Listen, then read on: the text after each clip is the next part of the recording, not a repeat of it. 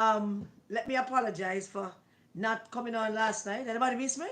Did anybody miss me? Did anybody miss me at all last night?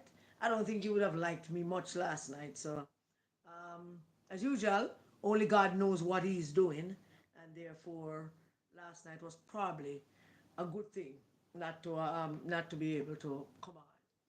But thank you for joining me again. I am absolutely certain that you are going to have complaints again about the um, the sound and feedback and all the rest of it.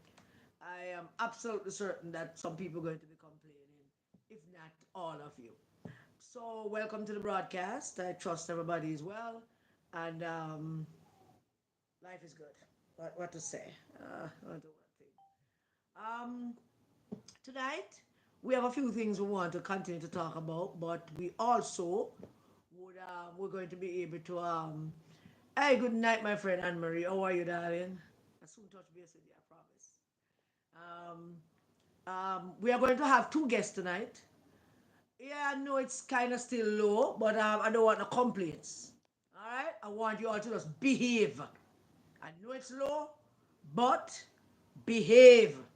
I am going to talk as loud as I can. How is that? How is that, Futali too? How is that? Am I talking loud enough? Is how is this sounding? Answer me now. Answer me now, man. How am I sounding? Is it low still or it's gonna be a bit low because I have not gone to get it fixed. Um, thank you for joining me, Tyrone. Tyrone Thomas. Thank you for joining me. We are going to have two guests tonight because we are guesting this week. And did you all miss me yesterday? I missed me yesterday, but maybe it's a good thing. Um, so we're going to have two guests tonight, two independent guests tonight to come talk about their candidacy and how is it. A strange phenomena is taking place in this election cycle, and that is the advent and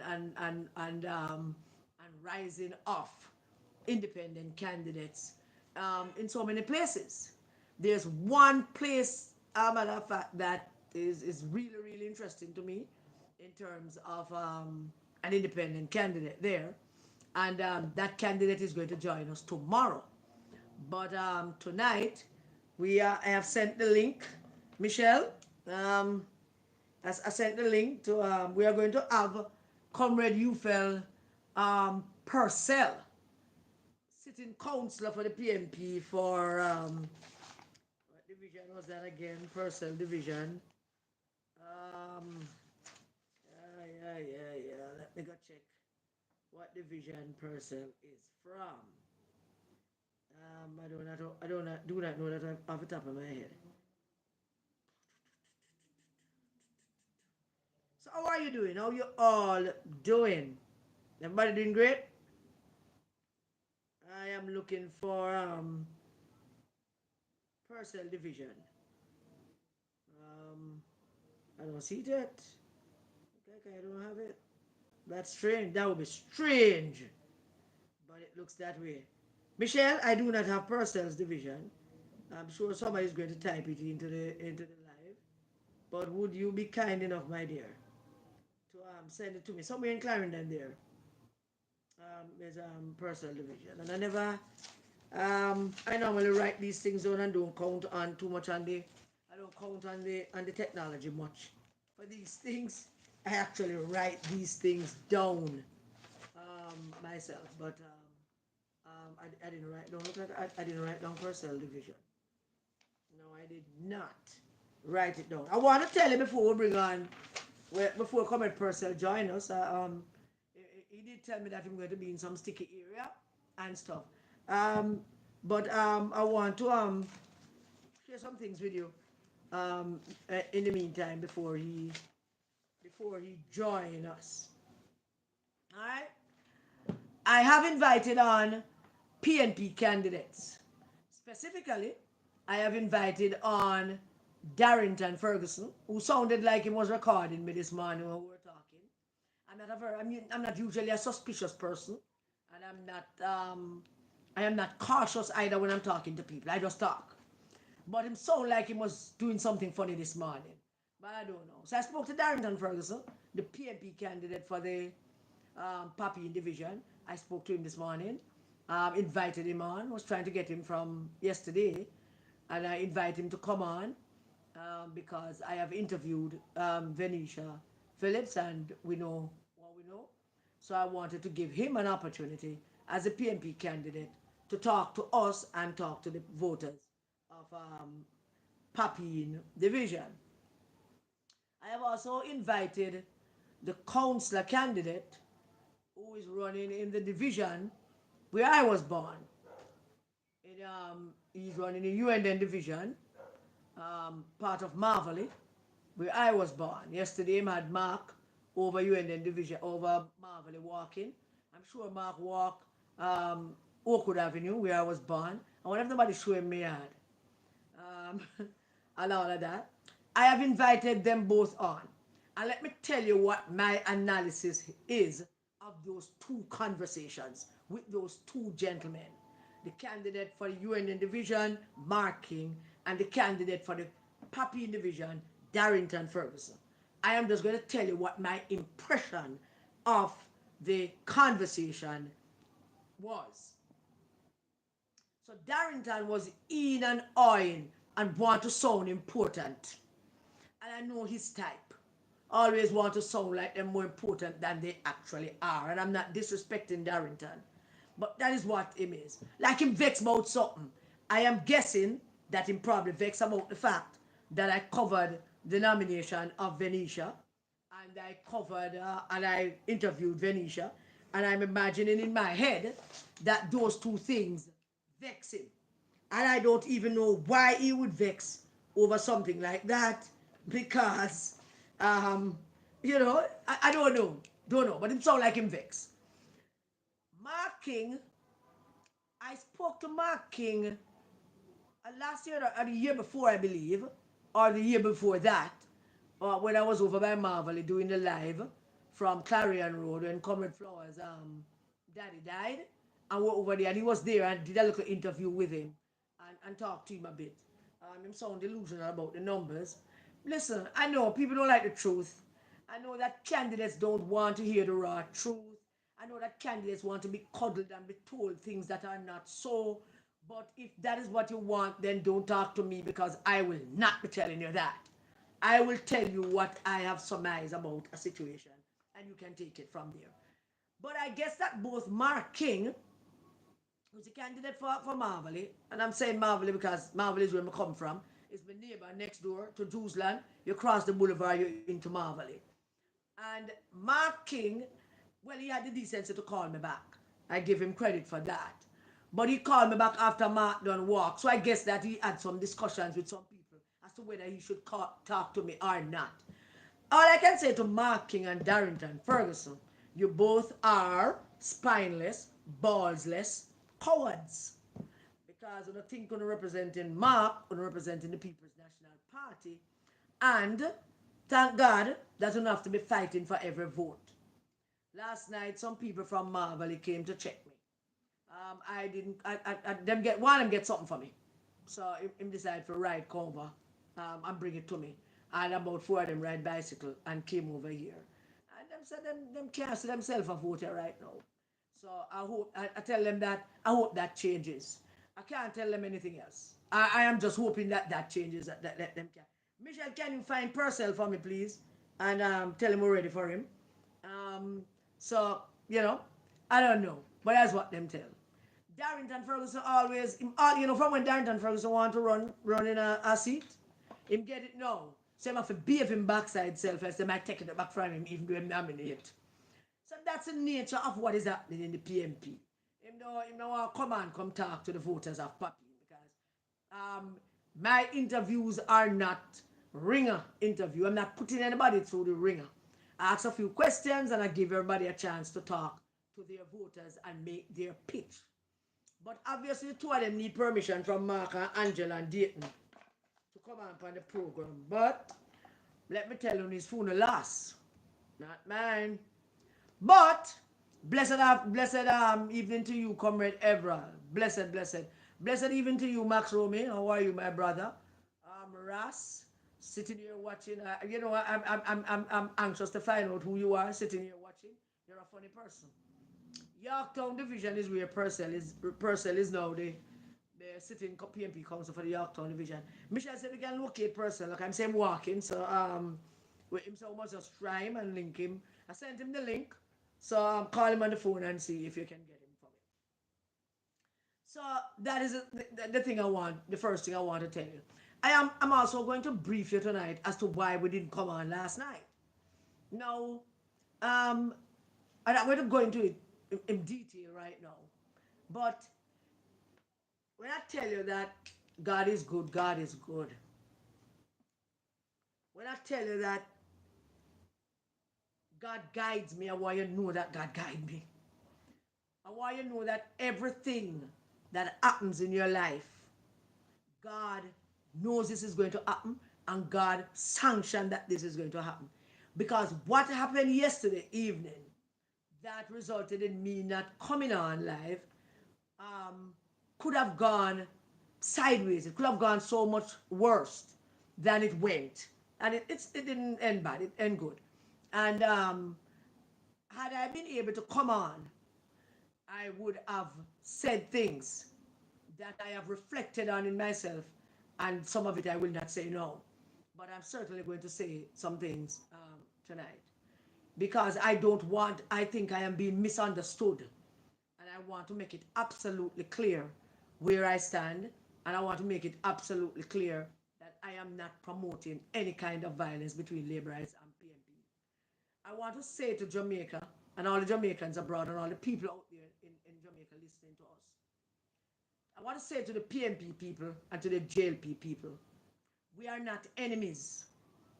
JLP are not PMP enemies. PMP are not JLP enemies. We are nothing but opponents. And we are only opponents when an election is announced.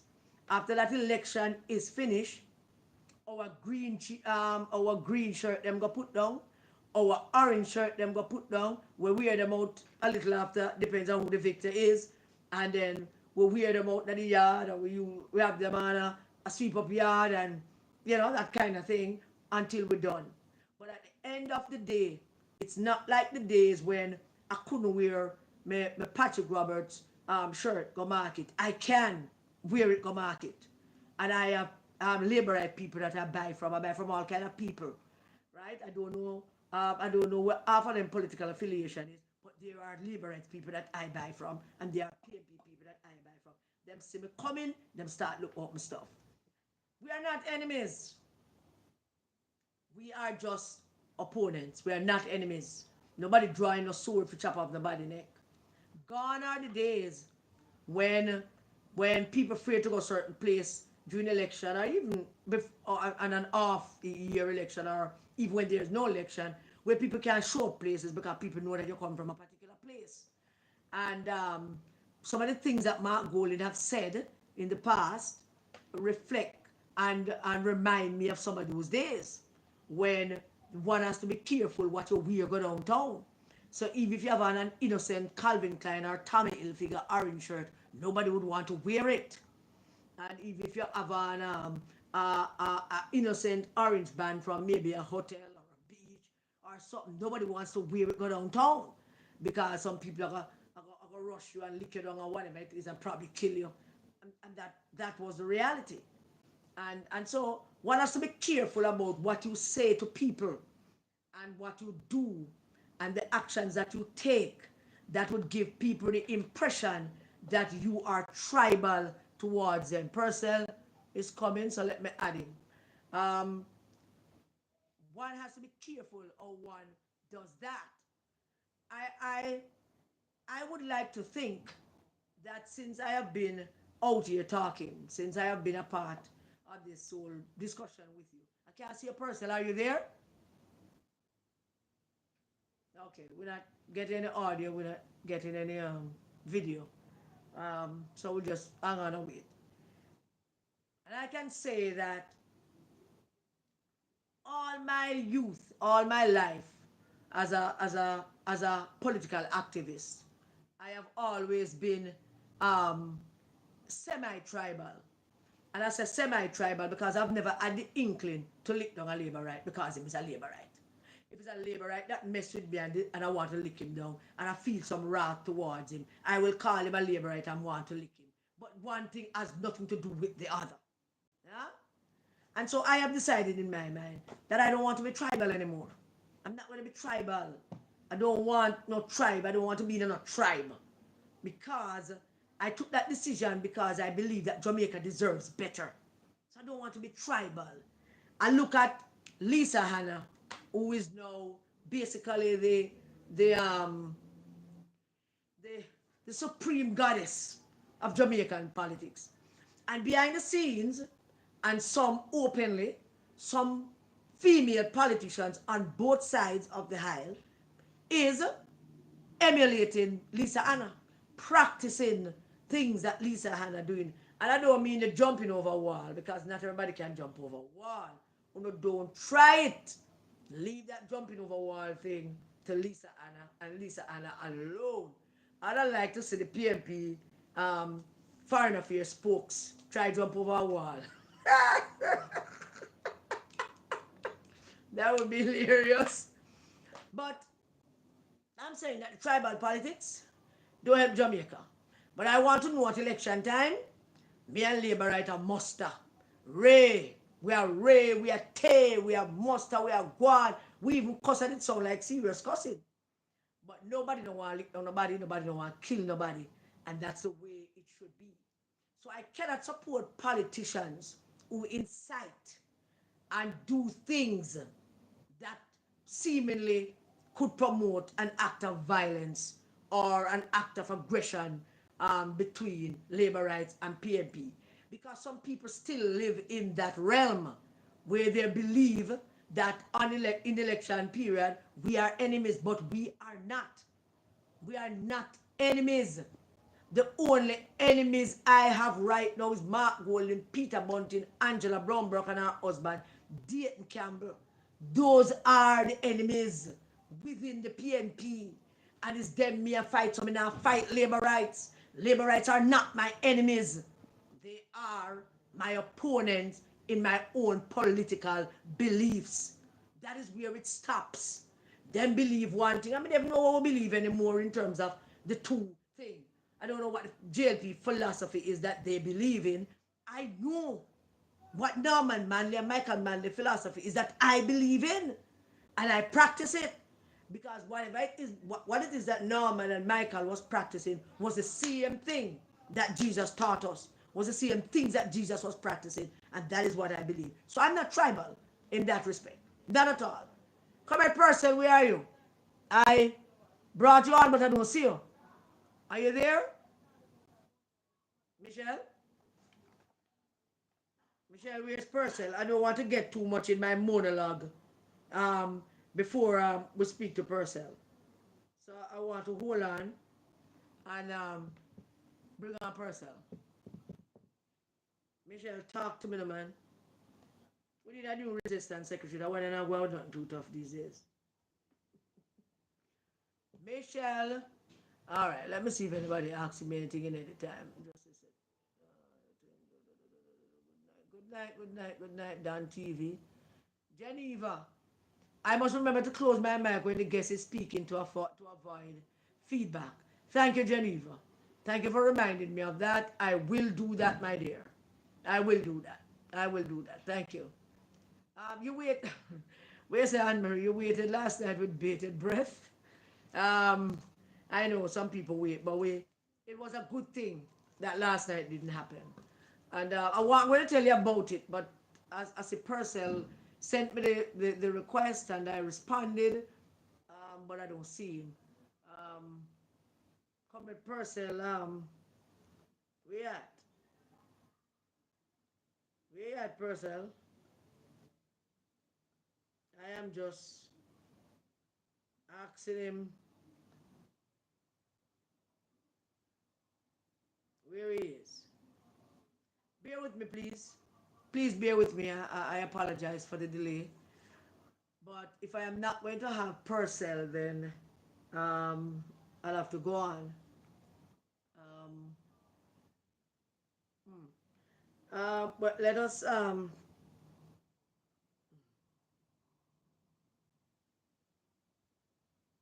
a little link to. Let me see if I can get my second guest. Maybe my second guest will be more ready than Purcell. So let's see if she will come on. Um, let's see, she got it. So let's see who's going to come on. Um,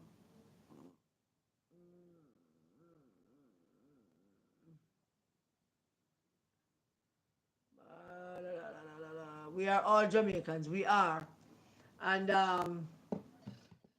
some people don't. Oh, well, tell him to get out again, Michelle, and come back in. I'm trying to get on. Maybe him don't have no internet service. I don't know what would prevent him from getting. So let me try it again. So I am taking it out. Tell him to try it again, Michelle. Tell him to try it again. Um,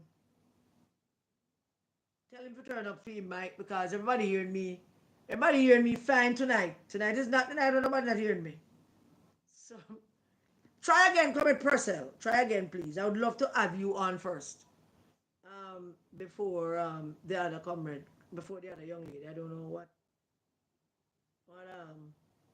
would have to bear with me and remember me don't know what me I do, right? Me don't know nothing about this. Alright. So what should I say, but him have the link. Just tell him, should I alright, let's add him now and see what happen.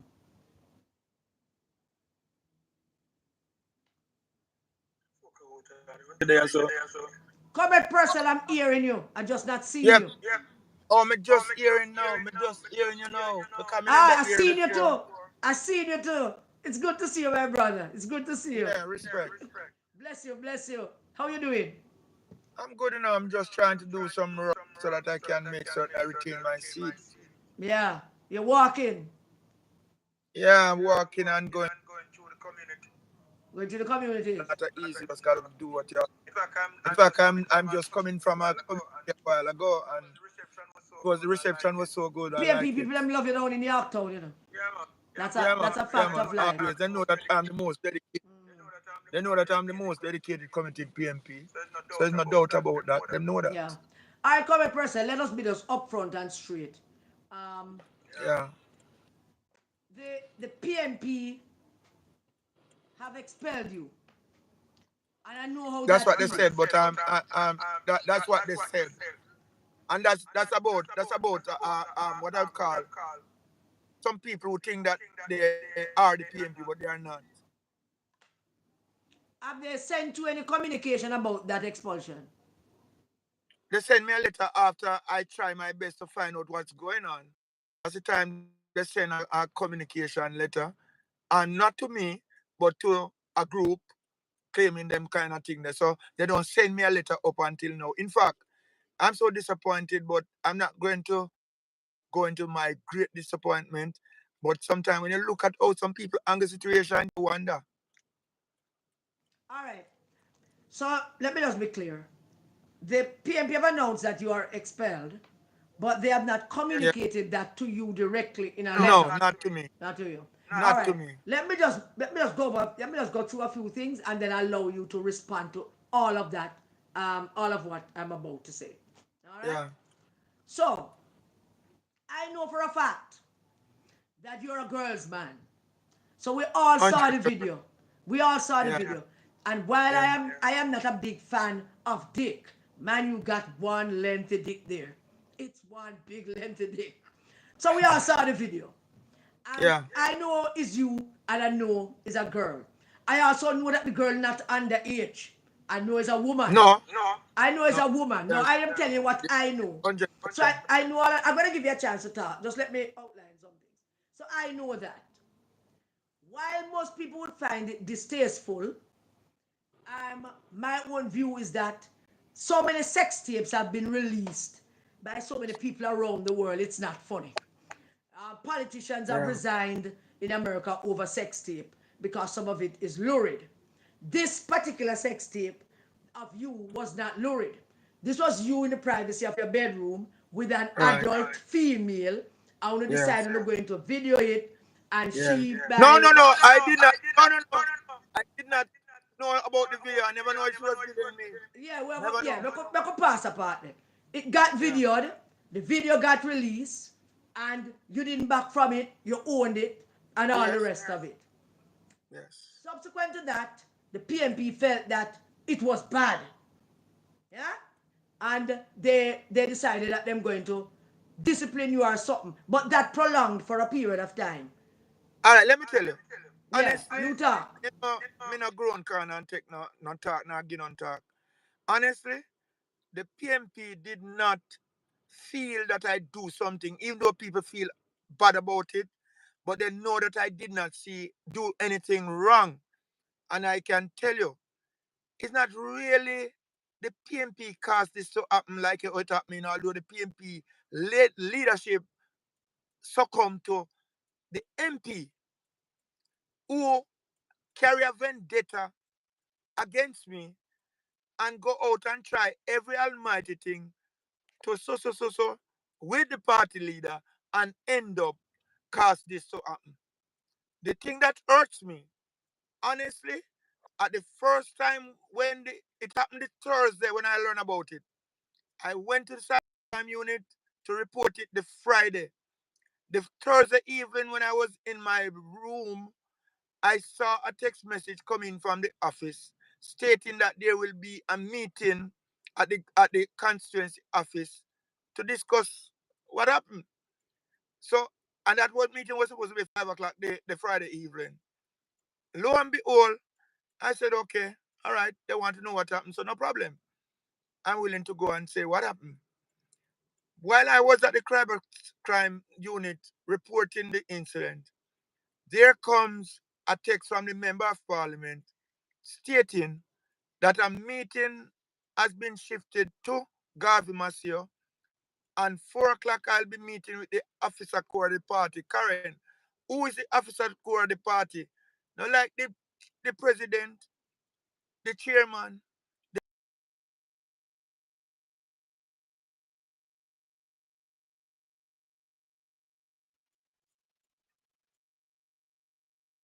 expect now that when the call come, when the meeting come in, you're going to see one of those persons at the least come to have a discussion.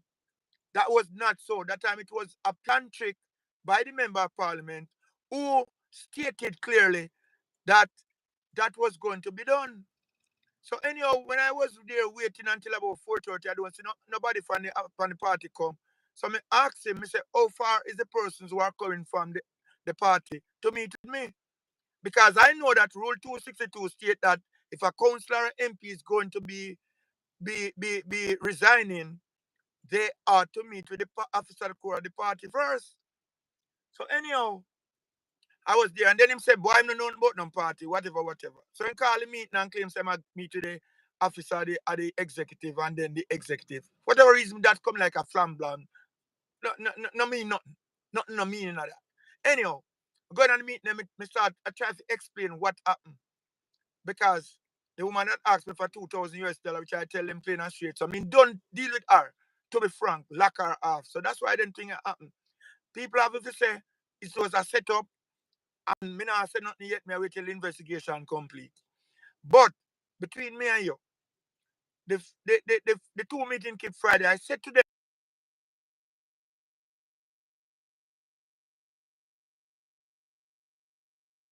come with for the People's National Party. If and when the party want me to resign, I will resign because that will benefit the party. I will resign for the benefit of the party. The man them a pressure me and ask me when me I go resign and when me I go write letter. So me said to him, say me can't resign now because I'm supposed to meet with the officer core of the party first. And the next thing me can't resign unless me meet with my John executive who put me there.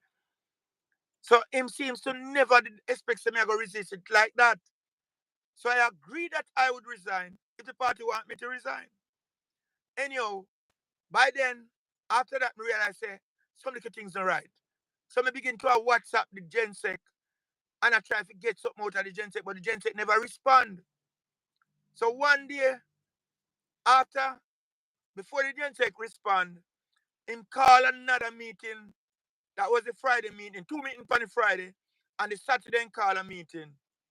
And him tell the people, him say the party want me to resign, including taking phone and tell the party leader call now wait for my resignation letter. But me plan to me not write no resignation letter until me certify what I go on. So anyhow, lo and behold, the Gensec call me to a meeting after a while.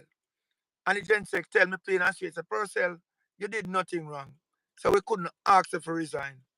And therefore, some say, and I said the party want me to resign. And I say, this is not right. So therefore, him shouldn't do it. But he might carry a vendetta for me. Because I know that I'm not going to be a yes man with him. I'm going to stand up for justice and stand up for what is right. So anyhow, after that, him begin to claim silent boy, him going to take it out for me. So I did arrange my conference for the last Sunday in June. And Karen, would you believe, say, the man run go call one fast conference. But after I call the conference for April, I said to him, say, but you don't have no right to call no conference. He said, yes, you have the right to call the conference and him post like group. The section of the, I think, I don't remember the rule right now, but me have it state that the constituency have a right to summon group members to conference. But the summons of group members to conference, it meant that you have to meet with the executive of the division, come to an agreement. But there was an agreement already from January when we normally set the conference, as all four division do. And him didn't want to change no other division. Him not change no other division, but he tried to change to me because he want to try use the delegate to vote me out. It never work. It never work. So the delegate them there behind me and support me. So him say can't work. So when you know, him arrange a tour.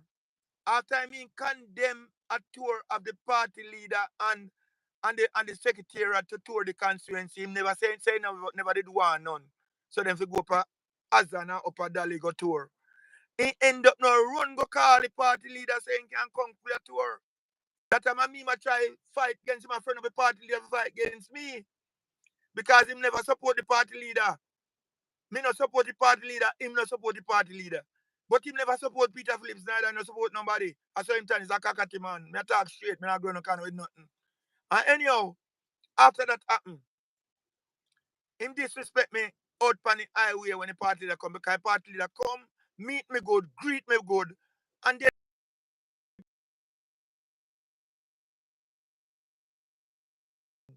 so then got me on the tour, me on the tour. This way I call me all Batman and all them kind of thing there. And me I tell you, me rush them away, and me load them. And me say, all right, conference come up, him try to get the conference.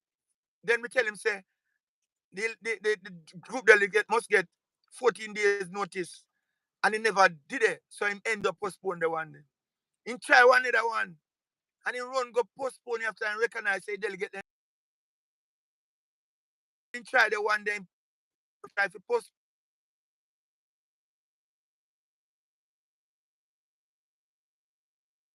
If you go postpone a conference after it's said,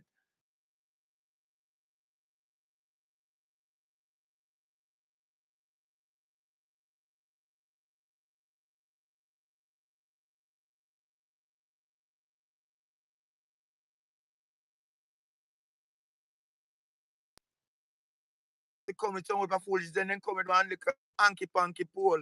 The poll that I am in the lead, the people will vote for me over the two other candidates. I mean, currently, man, get him to come run against me.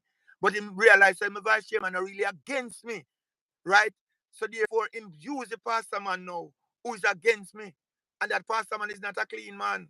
But he use him because he want fire him from the Yorktown Primary School, claiming that he must not continue to be chairman because of whatever reason. And Karen, me I tell you, he fight me until he get the party to use this poll and then they shift the poll now and claim say pass him and that had not even been known in our division. Got 20%. My vice chairman got 12.5%, and me got 5%. That the people will vote for me. So Cherry can beat the candidate, but me get the least. Me never see nothing go so yet. Me got 94% popularity. So anyhow, one little person in our secretariat to see the poll them and call me and say, yo, boy, you look good. Then can't test you, just stand up with the people them because you're leading our poll.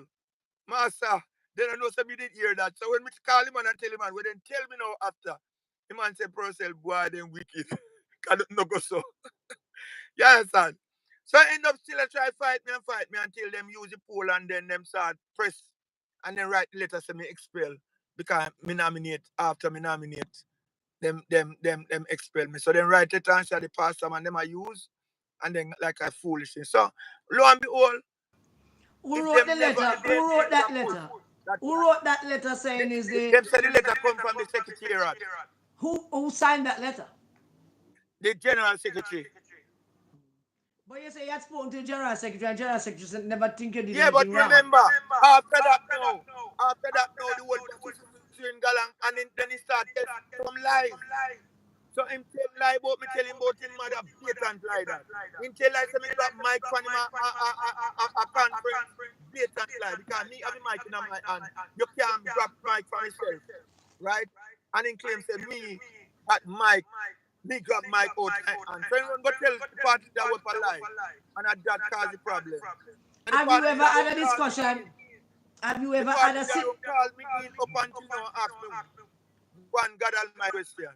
Have you ever had a discussion with the party leader about it? No, you know, hear me say me try. Me try everything to have a discussion. And not a soul.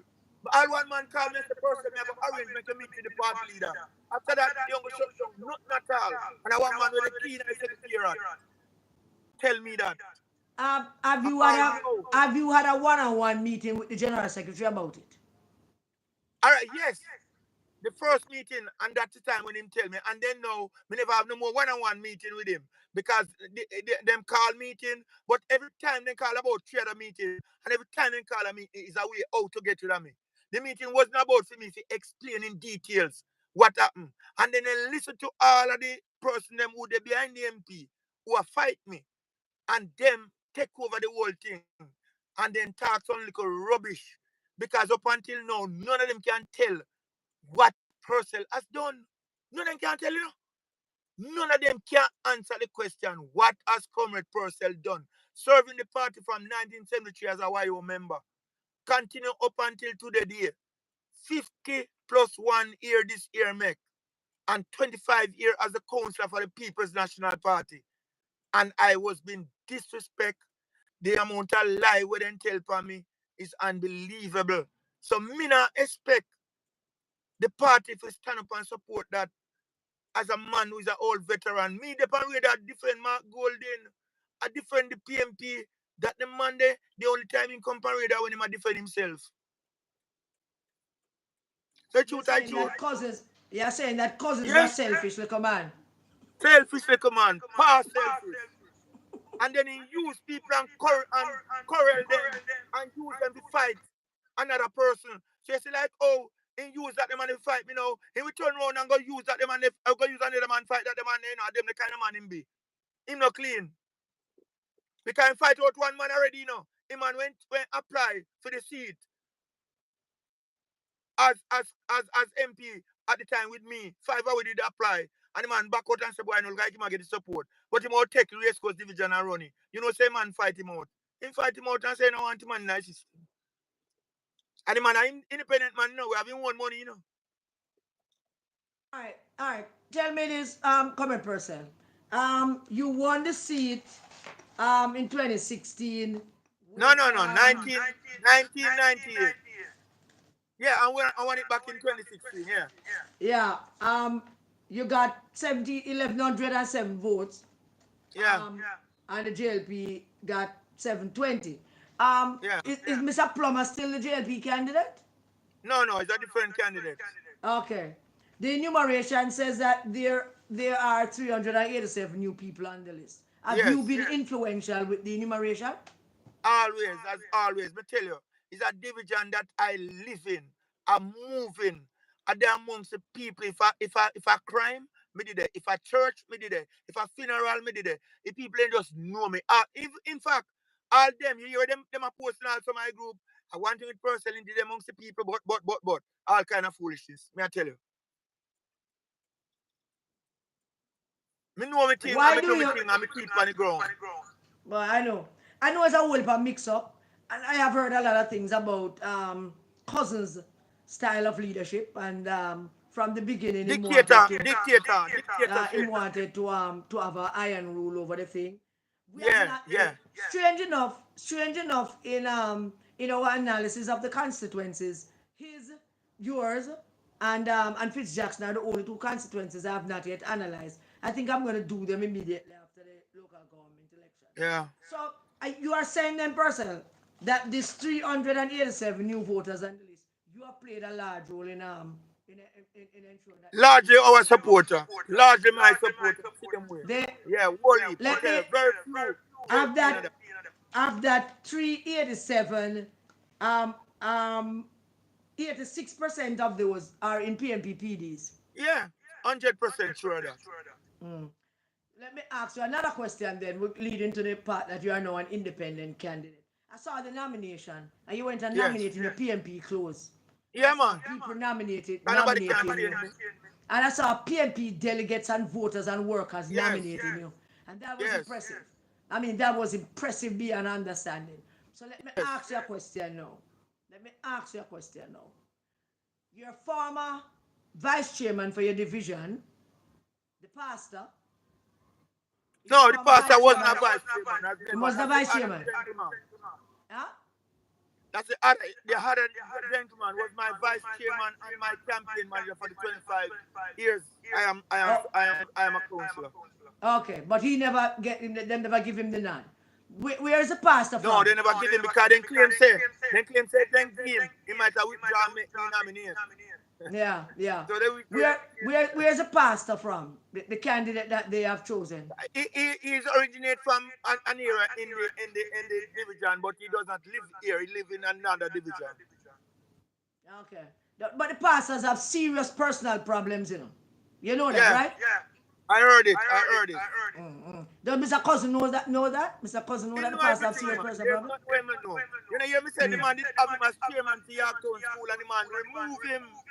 Because of some of those personal problems. Yeah, them kind of thing they went saying in 1 year. So, so we have to ask the question then: why did the member of parliament remove the chairman of the board of a school, but then Yeah, endorse him to be the candidate for the PNP right. as a councillor? Have And you asked also, that question? that same man is found on a video fighting a youngster as a guidance counselor at a school in Race Course Division. And that should not have happened with a pastor doing that. Yeah, yeah, he might have some issues. I am not going to talk about those issues yet, and all of that. But there is a phenomenon going on in this election cycle, and that phenomenon is a simple one.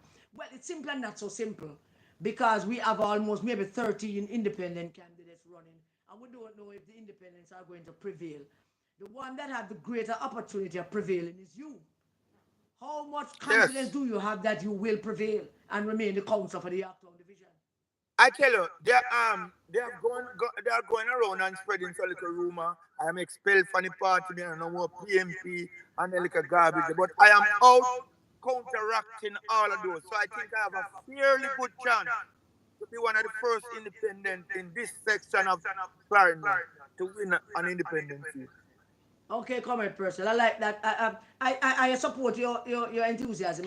There is evidence to suggest that you might be right. So I'm gonna give you the floor now, just to talk to the voters of Yorktown, because they're watching. Just talk to I them. just want to say to the, I just want to say to my constituent, you know who is a true representative of the people. I work all these years on your behalf. I do not become somebody who take it or take anything from you. All I do, I give you my all in all as a true representative of the people. I have some of the best achievement any councillor, any MP could have had in their stewardship as a representative of the people. The Foga Road complex consists of the Foga Road High School, an old dilapidated factory building that I made recommendation to Maxine Henry Wilson, the then Minister of Education at the time, and tell her, take her down there, show her the complex, and tell her that Clarendon will be doing very well if we can get a school there. And I toured the place with her. We had a discussion, and I told him when he asked who owned the place, I told her that is KD Knight is the chairman for Factories Corporation at the time. And I told him KD is the man in charge of the property. And she took out her phone and called KD and said, KD, I have a building where I want from you. And it went out to discussion with both of them. And that make Foga Road High School what it is today.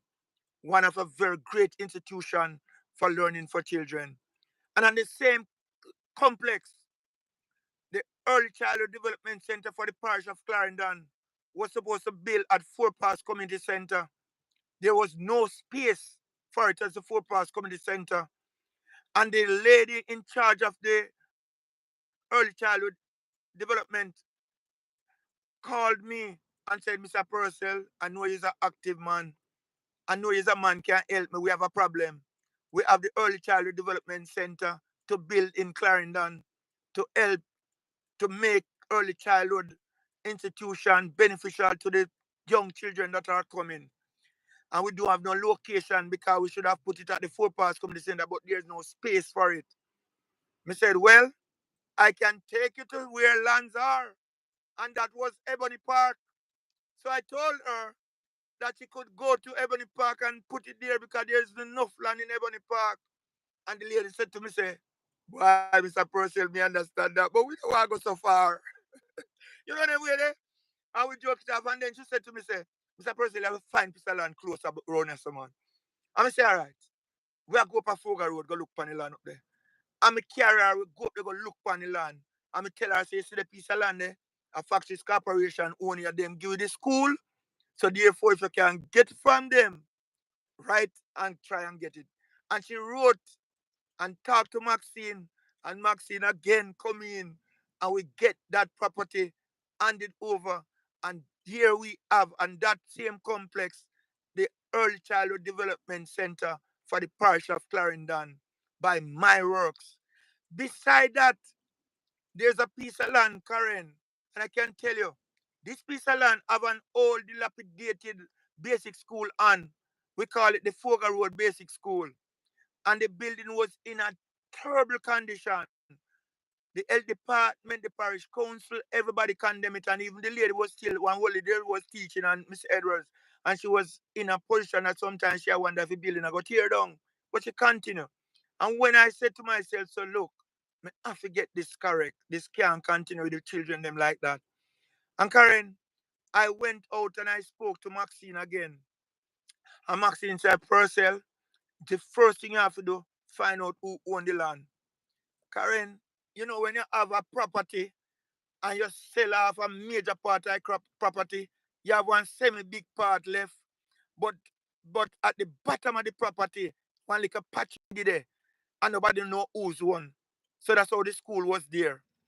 And me tell you, when me search and do the research, me found out that is the Denby Showground JAS, Jamaica Agricultural Society, own the land. That time the chairman is my friend, where we and him chat good. Come from up in the hills, they plant coffee and everything. And me say, when me find out, me call the man and me say, look, brethren, me, me have piece of land where me want you give me, you know. Because I want to put up one school pan. He said, Purcell, that I no land at Clarendon. You want to come plant coffee up a Stone Hill and them place there. Well, we have land up there. And I said, no, sir, down a Foga Road, you have piece of land and I want it. He said, oh, me got land down there, sir. And the man said, look, remember me tell you, if me a land down there, so me don't know about it. So you tell me where me get land down there, so because me can't give none of them be showground land to put up no school. I say, no, you're not giving me no land, but you give me a piece of land. And I send him the information and say, check it out. And when the man check it out, the man say, yes, that's true. And then be sure go money for true. But we never know. And he said, Purcell, where you want? I say, I want a letter to write to the Ministry of Education and hand over a property because I want to get to a school to put up down there. And he said, of course, Purcell. And he write the letter fast, fast. And I go to him, go call it, go give Maxine. And Maxine said, all right, now we can do something. And about a month and a half after, me have to heal comrade Maxine and Wilson, she move fast on it, And I say, when she get the thing and say, well, the money is there, and he allocate the money and get a contract bid and everything. But him say, all right, when we do, we need somebody to manage the school, so I have to get somebody. And there was this gentleman who lived close by there. And I tell him, man, you shall be manager Jamalco. And I go to him and I say, Mr. So-and-so, I'm going to ask you to manage this school. Me get a new school for here, but they need somebody to relate and to go up and down and forget the thing, deal with through the ministry, with the Ministry of Education. The man say, Purcell, me not getting involved in anything there, Can you hear me now? That the place there when the boy then come up here, argument. Because construction will go with some little people and to a school, them also politics. You know them way there. So me look on the man and me smile and me say, look, Mr. So-and-so, let me tell you something. I am not asking you if you're going to be the chairman. Let me ask you a question, Comrade Purcell. Did Butch Yeah. Butch ask did he build any school down there? No, no. You know, hear me say, what I did at Poga Road is more than any other MP. Most MP never get a complex like that bill no way. Me do that, and that was while Charlie was here, but I me get it because even Mike Henry had come there one time to take over the place, claims of him constituency, which is not. I me go over there and say, yes, so Yorktown Division and Southwest Clarendon, so you can't take your so. You understand?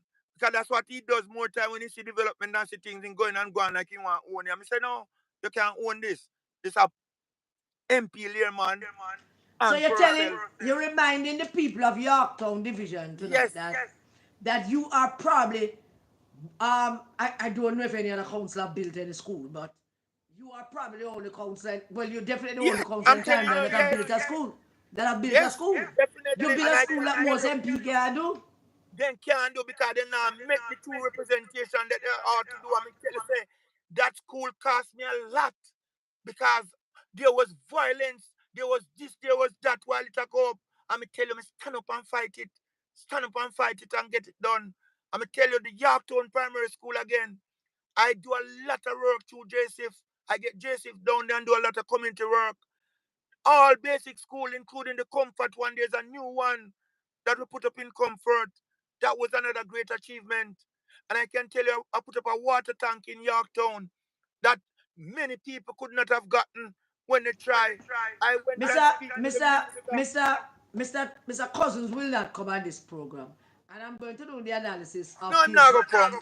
his advent into politics. I'm going to do that. But let me ask you, and be honest.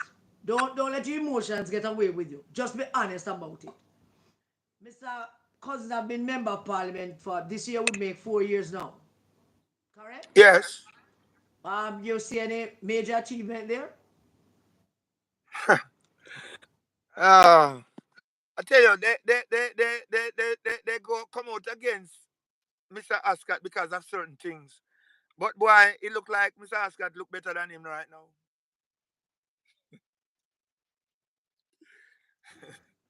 We lost the vision. We lost the visual person. We can't see you anymore. No, you're not seeing me? No, we're not seeing you. We don't know what happened to you. But I am there, I don't know. Yeah, yeah. You seen me? Yeah, I'm seeing you clear. But I can't see you. Can you see me now? Hold on, hold on. You seeing me now? Can you see me I'm seeing now? you. I can't see you. No, Do not you know seeing you. why? I don't Because know. I'm seeing myself on the phone too. You seen yourself? Yes. Something now work right, but never mind about it. Yeah. I will give you. I will ask you one final question. What Yes. are your chances? Because you said the numeration, these voters are yours. And Yeah, I'm telling you, my chances is fairly good, and I think I will come out on top. And that's basically it, because the citizens are not going to allow to lose a true representative of the people who they can call upon night and day, and who will come to their rescue at any time, and who has made Yorktown Division far, far better than when someone else has it. We have I remember, transformed Yorktown I Division. remember, I remember something. I remember when we were in the YO, you invited us Yes, down. You invited us down yes, yes, for a meeting. And yes, you say you want the meeting to be held on a Friday. And we ask yes. you why. And you say you want the meeting to be held on a Friday because we can see more people. And we asked you how Of much course. more people. And you told us that instead of having 30 people at the meeting, you could get us 200 people at the meeting. Now Yes. I can confess to you that when you told us that, we were coming with dread, knowing that we now was see no more than 30 people. But when we Wait. turned up, there was 260 people there. So I knew But what I'm your telling you, this is organization what still. I tell you. When it Uh, comes back, no, no, Karen. Let me just tell you this, Karen. Me have one of the, and I'm not going to boast on this. In the People's National Party, no constituency have a bigger YO unit than me. None, and I'm telling you about teacher, doctors, attorney at law. Right now, me have a student, never a student just graduate and a teacher, a GCSE Jamaica evening to come help me. I teach a money. I'm tell you, I have from the Maritime Institute. I've graduates from the University of the West Indies, Teachers College, NCU, and I can tell you, the Deputy General Secretary tell me, say, Purcell, I want to you have a very excellent YO unit. all right, And they still fight that. you want to take the next 4 minutes and just talk to your voters and ask them to come out Yes, as I'm and saying, support you. I am as I'm saying, yes, I'm saying to my colleagues, my comrade, my laborite, my friends, every single one of you, remember, having a true representative for your state is not easy. It's not all of us know how to represent. And Purcell has done it. Purcell has made you proud and make Yorktown Division a better place today. Be it for extension of electricity, extension of water supply, extension of roads, some roads that have never been asphalted. Purcell has gotten them asphalted. I have I was one of the out of three persons, two members of parliament, one councillor that that got a microsurfacing road in their constituency or division. I was one of the three. Two other person was MP who got a microsurface road, one of the most expensive road in Jamaica. And I can tell you, it's because of my stewardship as a representative, I got it in content. And I can tell you people, education, I do everything. The Foga Road Complex with the basic school, the early childhood institution, and the Foga Road Infant School, the Ebony Park, the Osborne Store, the Rhinesbury, the Comfort, the Content, the Yorktown, the Panassus, the Four Pass, and the Osborne Store Basic School. They are all gotten several support. When on a new building, it is by way of ceiling or by way of fencing and landscaping, all of these things, and other additional buildings. I have done them for the people. I have also made sure that over 220 young people has gotten work in holiday time, midsummer, or the kind of municipal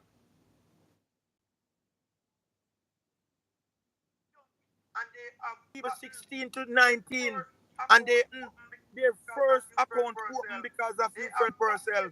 They have gotten their account because of Purcell. They have started to NIS and housing just because of Purcell. And that is what I'm trying to say to the citizen. Go out on election day, Monday 29. Put your X beside Purcell. Don't have it and lose it and then you say if you didn't know. Purcell has contributed to you one way or the other, whether it be through electricity, water, light, whatever roads, whatever it is, or help your child, or help somebody in your family. If it's even some handout, some housing assistance, some funeral grant, Purcell has come to all funerals most time and come to the wakes and support you when you have crime and violence. And I am a all supporter fighting against crime in my division because I'm not going to overcome crime and criminality at no time. And hence the police know that, everybody know that. So vote for somebody who stand up for justice, stand up and give you the right and true representation that is necessary for any community to have. Swansea, Husband Store, Duke Street, St. Jago Road, Ebony Park, Decoy, Rhinesbury, Comfort,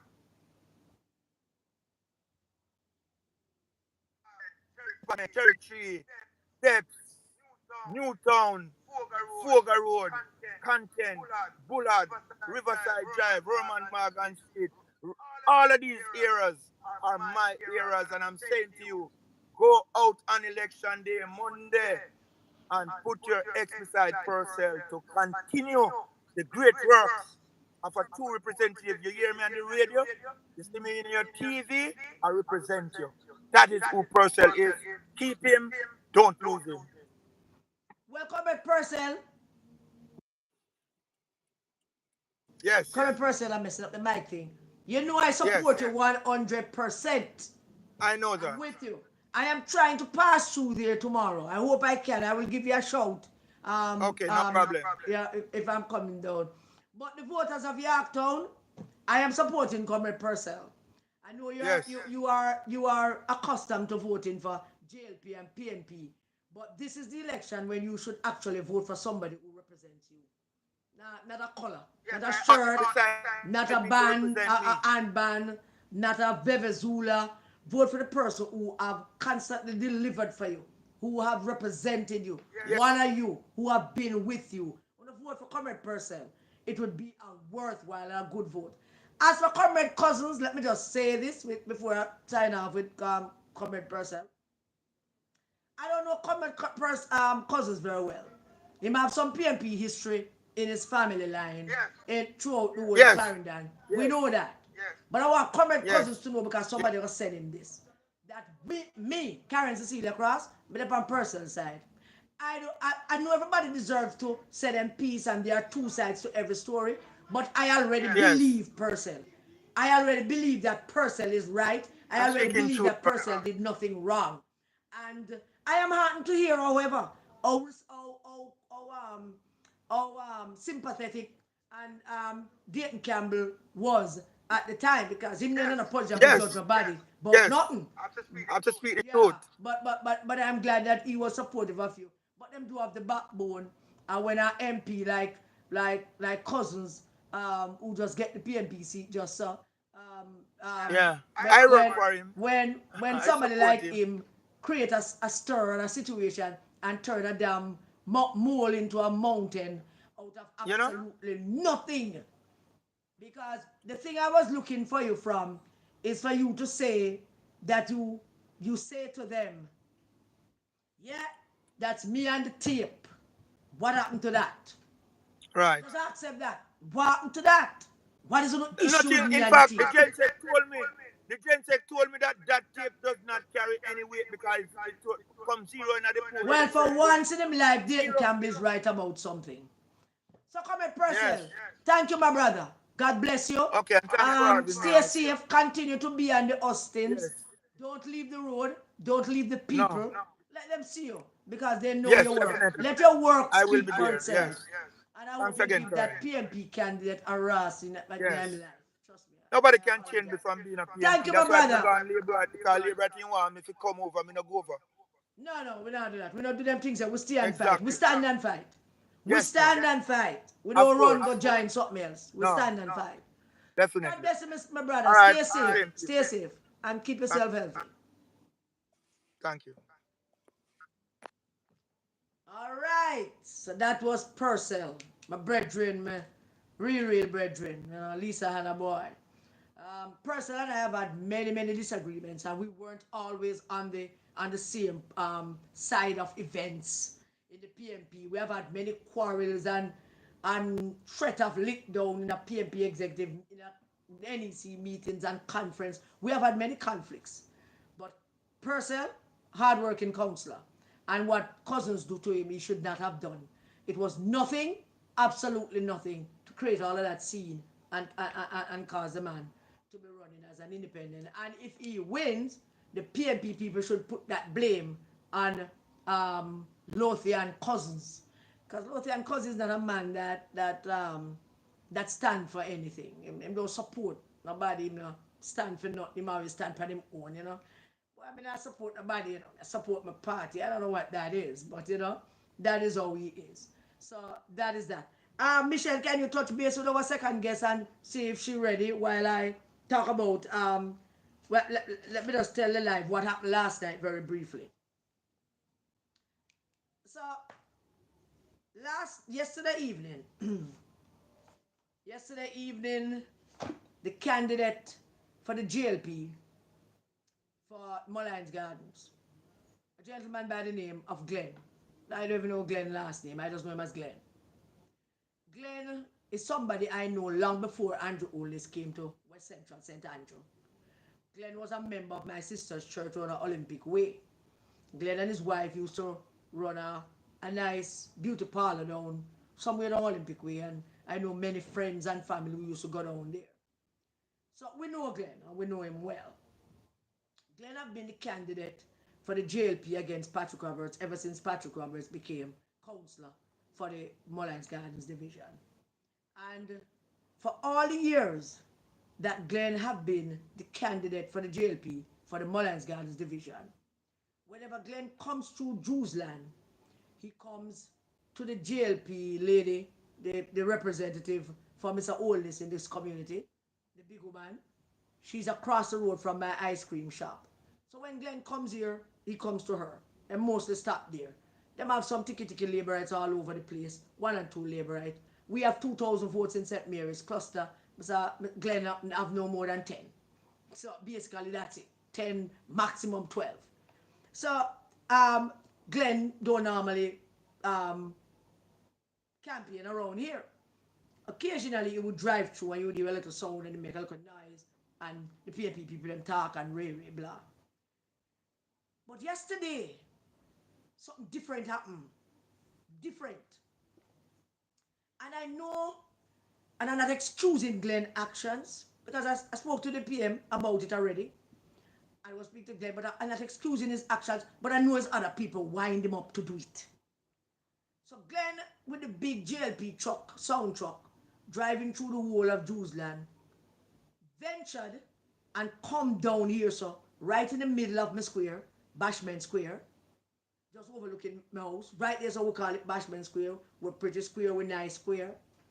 And I hear the noise and the excitement, and I went on the balcony, and I stood at the balcony taking it in and smiling. When them come, the PNP girls them rush out in them orange clothes, and the whole of them know Glenn. And then they Glenn and them guys go come out and the PNP and then Patrick, where I say Ray, that kind of thing. So I'm enjoying the whole spectacle of it all. And them did it, and them a play the music. Well, them lock off the music. No, the music burn up. Right? That's how the music just burn up. So I'm thinking that Miss Audrey, my mother, Miss Yvonne, and Daddy Man and them people, they lock down the music. Them spirit, they just lock it down. It burn up. Glenn now did something unthinkable. Something so stupid, I'll never can wrap my head around it. And it's a good thing I didn't come on the live last night, because I was so pissed at Glenn for what he did. And Glenn came out of his vehicle, took the mic, and started telling people, come and join us. Come and join us. Come and join prosperity and progress. And I'm telling you, this is something he has never done before. Huh? And we stand up on the balcony just start taking me still, because them girls, everybody come out with them orange flag and them Patrick shirt and them Ray and them orange Venezuela, and them are going. It's good, nice, clean fun. Glenn have some girls who him come with Nobody from Jewsland wasn't with him. The 10 or 12 people wasn't with him when he come down here. And some girls when come from Purcell with him, and some guys. They were good.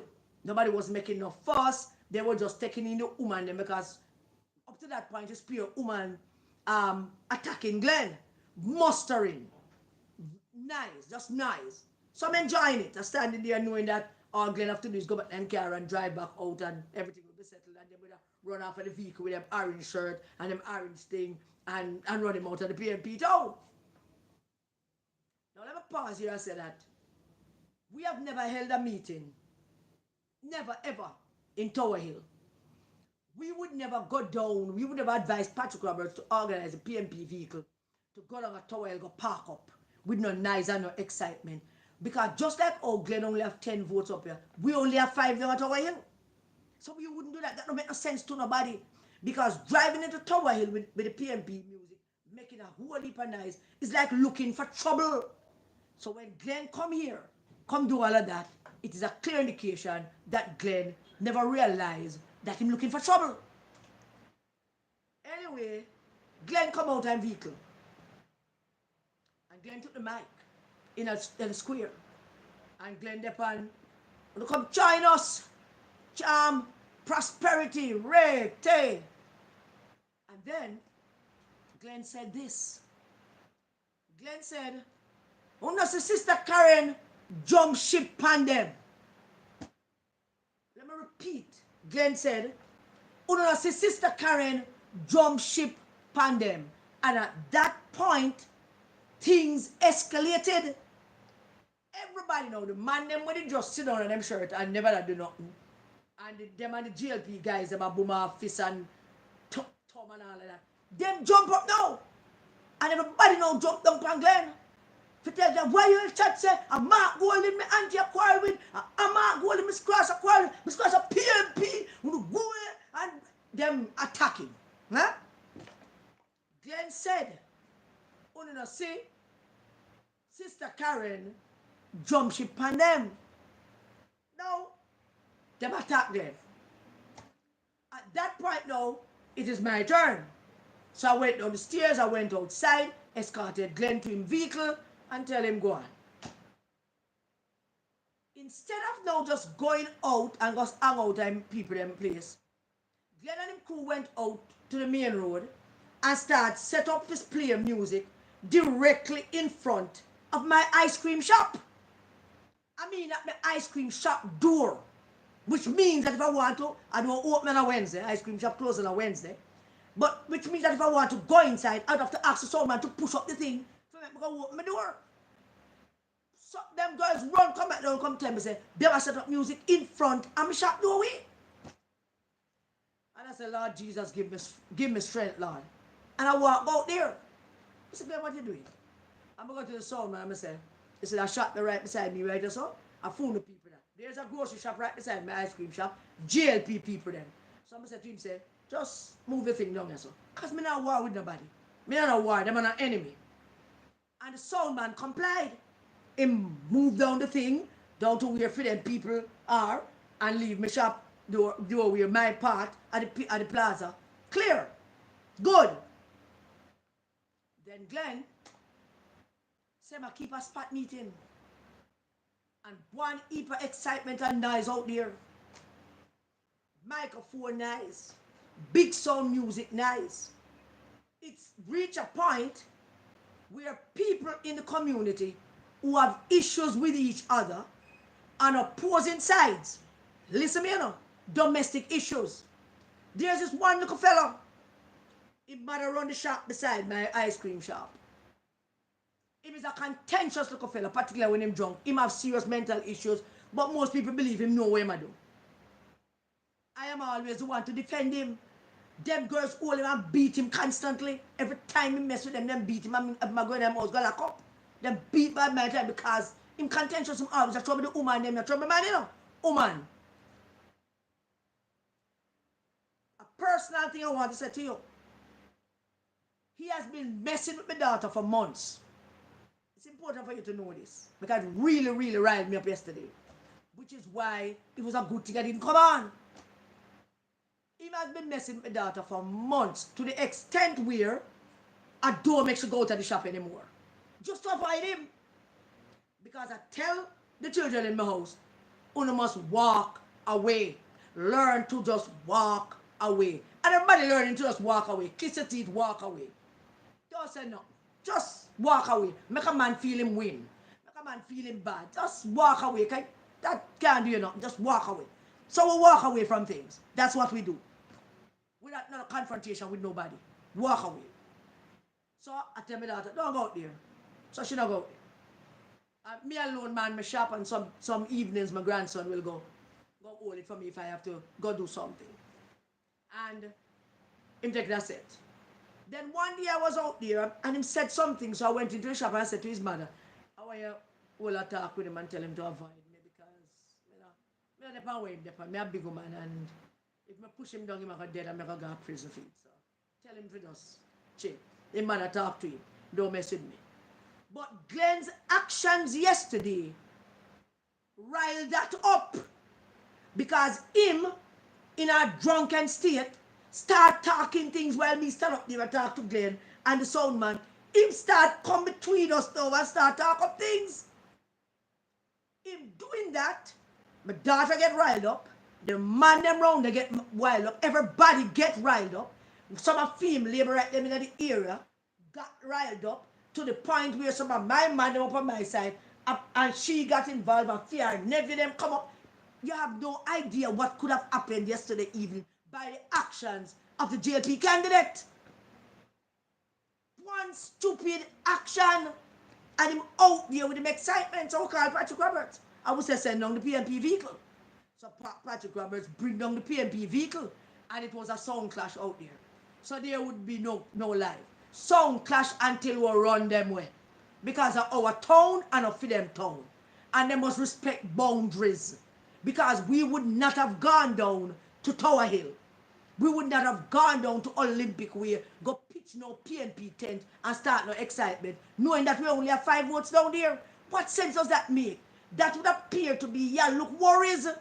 You're seeking confrontation. You don't do that. And I don't feel good to know that I am on YouTube and Facebook preaching what I am preaching, telling people what I believe in, and then you come in my town and talk about me jump ship on them. I didn't jump ship on the PNP, me a PNP.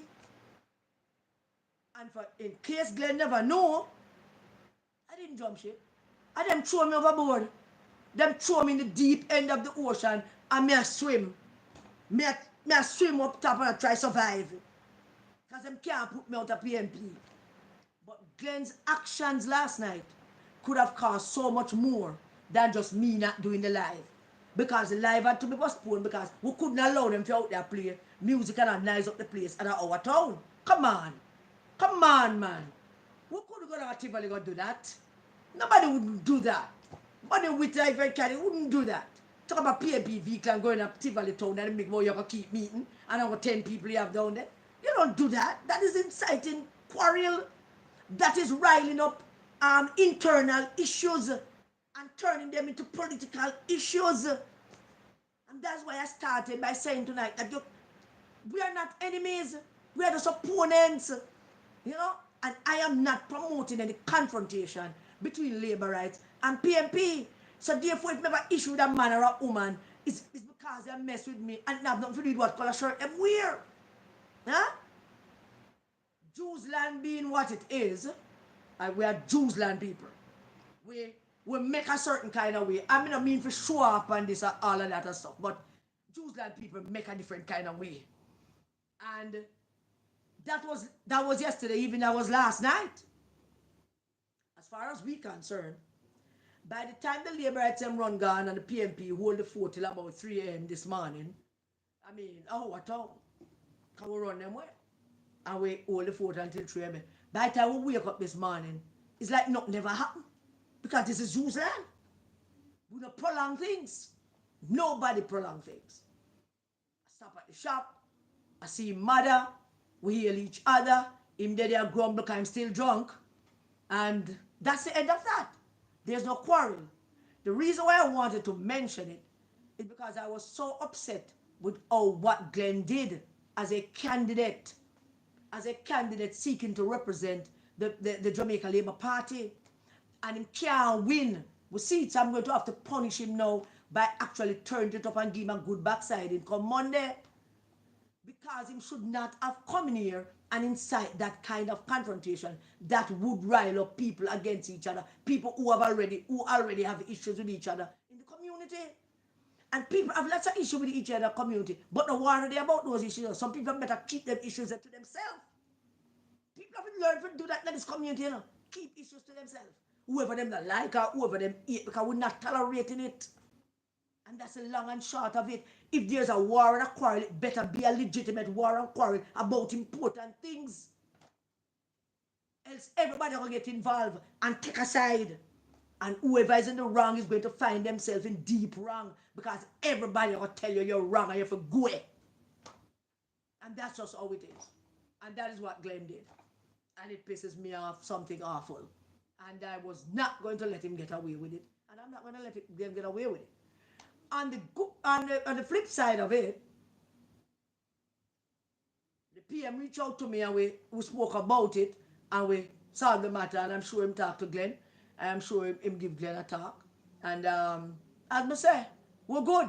If we see Glenn again now, nobody will be talking about yesterday. Because that's how we are in New Zealand. Not a soul remember about yesterday. We're going to deal with him about whenever they we see. And that's it. And we don't hate Glenn. And we don't hate Glenn's supporters. And just to say that his supporters, the people that he brought with him, behaved impeccably. Not one of them got involved in the internal community internal struggle. Not one of them got involved. All they were trying to do is establish that nobody no lick down nobody, which nobody now go lick down nobody. A Jews like this, a mouth, just quarrel. Not a soul now reach, no smash it. Nobody now run go for no gun. That not happen, But the supporters that Glenn brought with him, those JLP supporters, respect to them, because they were saying to me, "We got it, Miss Cross. We know we are talking about. Yeah, man, they were good, but Glenn as the leader acted irresponsibly and almost caused major problem in the community." So let me just segue from that into this. That all of this, that Glenn was able to say that all of this is caused by Mark Jefferson Golding. All of this. All of this. Glenn would not have come around here. He would not have said what he said.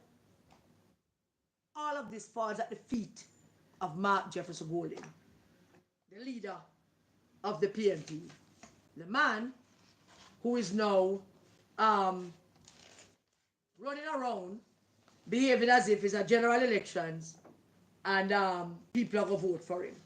And people must vote for Mark Golding. And some of the things that he's doing requires the leader of the party to do some of those things. But I don't know if you have 6 councils and you have a leader who is 12% in the poll, and 12% is not a poll that says we don't like him. It's not a 12% poll that don't like him. It's not even a likability poll. The 12% that he has is the amount of Jamaicans that says he's doing a good job as a leader of opposition. And all the excitement, and we're going to get to the whole orange wave thing, all the excitement that he's creating, that them is creating him supporters and those who want everybody to get on board, because them have their own sinister agenda and them have their own agenda for their own thing. It have nothing to do with PNP people.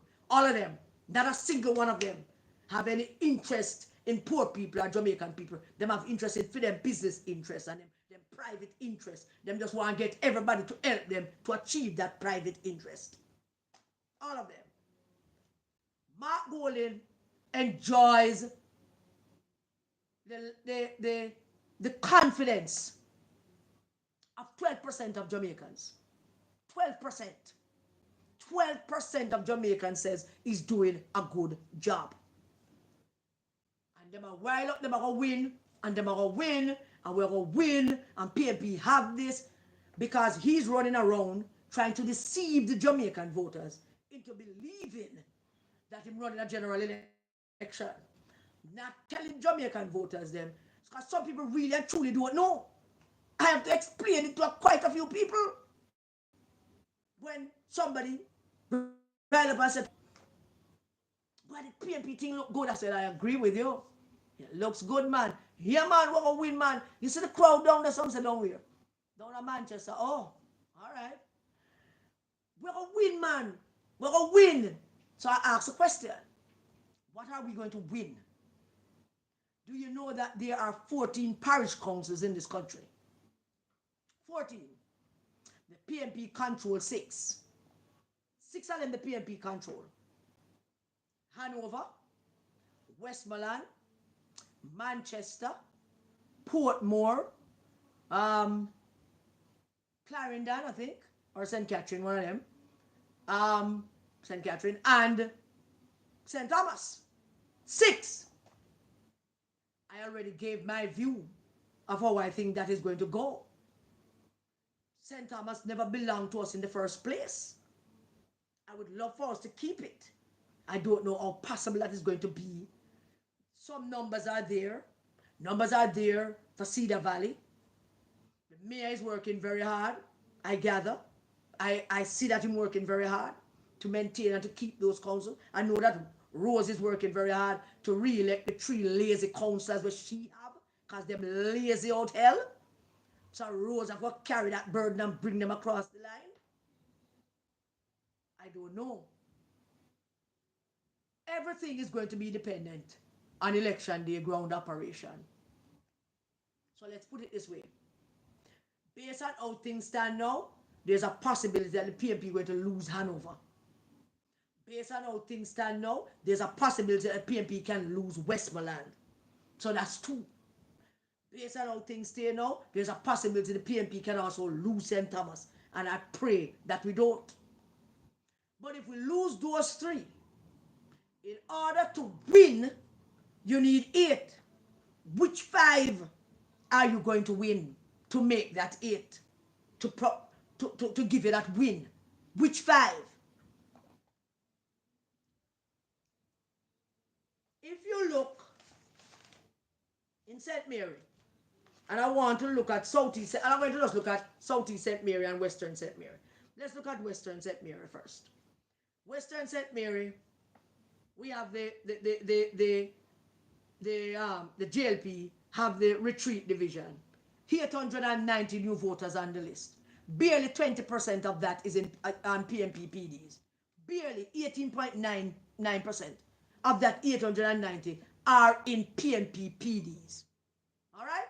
Uno, do the math with that. So if the PNP should get back 1,361 votes and get that 18%, them still don't win the retreat division. All right? 1. 2. Boscobel division. We're rooting for Fitzroy Wilson. We're rooting for Fitzroy Wilson. I've asked the people of Boscobel division to go out and vote for Fitzroy Wilson. Vote for Fitzroy Wilson to be your next councillor. Fitzroy have an uphill climb, but he is in a much better position than most, because the JLP won by 300 plus votes in 2016. Little less than 1,000 new voters on the list, and I know of a fact that Fitzroy have enumerated maybe about 45% of that. So Fitzroy have a very good chance of picking up Boscobel. So I will give the PNP 1 and the GLP 1. Oracabessa. Oracabessa is PNP won that seat in 2016 by 34 votes. When the PNP won that seat by 34 votes, with 37.4% of the votes coming out on that day, the JLP people in some JLP PDs didn't show up. Now there is 1,113 votes in Oracabessa. Or as they said me, people call it Rakabessa. 1,130 new voters on that list in Rakabessa. how much of that did the PNP councillor enumerate? How many of those? How many of those did Ramon Henry, who's now the candidate, did he help to put on that list? Because if him get back that 1,500 and no, the PNP lost that division. Sorry, the PNP lost that division. The GLP won it by 34 votes, and their votes didn't. And the 34 votes. Let me start again. The PNP won it. The GLP won it by 34 votes, and most of their strong PDs did not show up. The GLP won it by 34 votes, but most of their strong PDs did not show up. Didn't show up. Try and imagine that if 5%, 10% of those PDs that didn't show up in 2016 show up on Monday, plus let's split the vote. Let's say 1,113 split in two, half for the PNP, half for the GLP. The PNP lose. No matter which way you want to spin the math, because it's math. So that's 2-1 for the GLP. 2-1 in the JLP. Let's not even think about Gail, because Gail is a runaway victory for the JLP. Because the 274 new voters on the list, about 22 or 23 people on that list, we can identify as coming from PNP. So them not do no work up there. Them not do no work. So all the noise about we are going to win is centered. Let me hold that thought a bit. And then there's Karen Hall. Forget it. Just forget it. So if we lose, what I do is we're not going to pick up St. Mary. We're not going to pick up St. Mary. Let's go back to Southeast St. Mary. Because, let's do. Belfield. Freeman have a good hold on that. But Freeman must also understand there's a very a small amount of votes that he won. And he has 216 votes. There's a surprising thing about Belfield. Freeman did not enumerate nobody. Not a soul. But the 216 votes, new voters on that list in Belfield, actually come from PNP areas. But Freeman never enumerated nobody. And let me repeat what I've always said. If you never enumerate them, no matter where them come from, they are not yours. Don't count them. Because you never carry them there. You never give them a lunch money. You never give them the bus fare. You were not responsible for them getting enumerated. They are not yours. But it would be good if you know who they are and where they are and go find them and get them out to vote. That would be good. I doubt Freeman know it, but he can find a way to win. He can find a way to win back that seat. He can. Richmond have an advantage too. So that's one. 3, 4 PNP seats. Anata Bay. Anata Bay. Anata Bay is one of those places that you can't put on your pot pan. No matter what you do, you just can't put on your pot pan Nata Bay. Nata Bay have a strange way of ruminating around the place on election day. Nata Bay. In other words, Nata Bay have a history of PNP people being out and about on election day. You can't find them. Them have a history of that. The little fella that run in Newt, him is not an exciting fellow. Him is not inspirational, but the young people them like him. And we're going to get to that whole young people thing. And so I don't know if St. Mary might come down, or might not, but it might come down to who get the most votes. If the PNP should have a fighting chance to win the St. Mary council. I don't see, but maybe they know something more than me. But there's another phenomena that is going around in the divisions, and that phenomena is the young people. Maybe it's the only thing that Dan Anderson got right. The young people are out and about. They're full of orange armband, orange shirt. Everybody, everywhere them see people, them ask for a shirt, them ask for an armband. And we're trying to analyze that. Me, I'm not trying to analyze young people. If I ever should try to analyze young people, I'm going to get brain damage. I'm going to have hemorrhage. I'm going to have heart failures. I can't analyze young people. Rose and I was talking the other morning, and Rose said to me, Boy, Karen, the only thing I can say, I wonder if them are going to show up. And that's a good question. Are they going to show up? Them hype, them ready, them up and about, them have on them armband, have on them shirt, them a beg for armband. When you ask for them name, and you make a note of the name, and you call somebody and say, check if the name is on the voters list, then they're on the list. Question is, them are young people. Them are young people, and the only faith that I have in young people is that Jamaica is in safe hands with them. That's the only faith. Jamaica is safe with our young people. But voting, I don't know. I'm a skeptic when it comes to young people. I'm not rummaging around in their minds. If me rummage around in for their minds, I will get madder than I am right now. So I'm not doing that. Me leave them be to their own devices and let them do what they want to do. So yes, there seems to be a semblance of a orange wave. Everywhere you look, there is a big orange crowd. Huge orange crowd. Full up an orange shirt. I mean not analyzing the GLP one. I have already done that. And I came to my own conclusions and I've said it already. But when you look at the whole heap of orange thing them and thing, it seems to me like Mark Hole in them did have this plan long time that once the election is announced, this is what we're going to do. We're going to just run out, whole heap of shirt, whole heap of hat, whole heap of this, whole heap of that, I will flood the place. We now make the candidate them alone, go nominate by themselves with them 5 or 6 people, them 100 people. We're going to bring out the whole constituency. Good strategy. Very good strategy to give the impression that there's a whole heap of people. But it's a show. It's a show.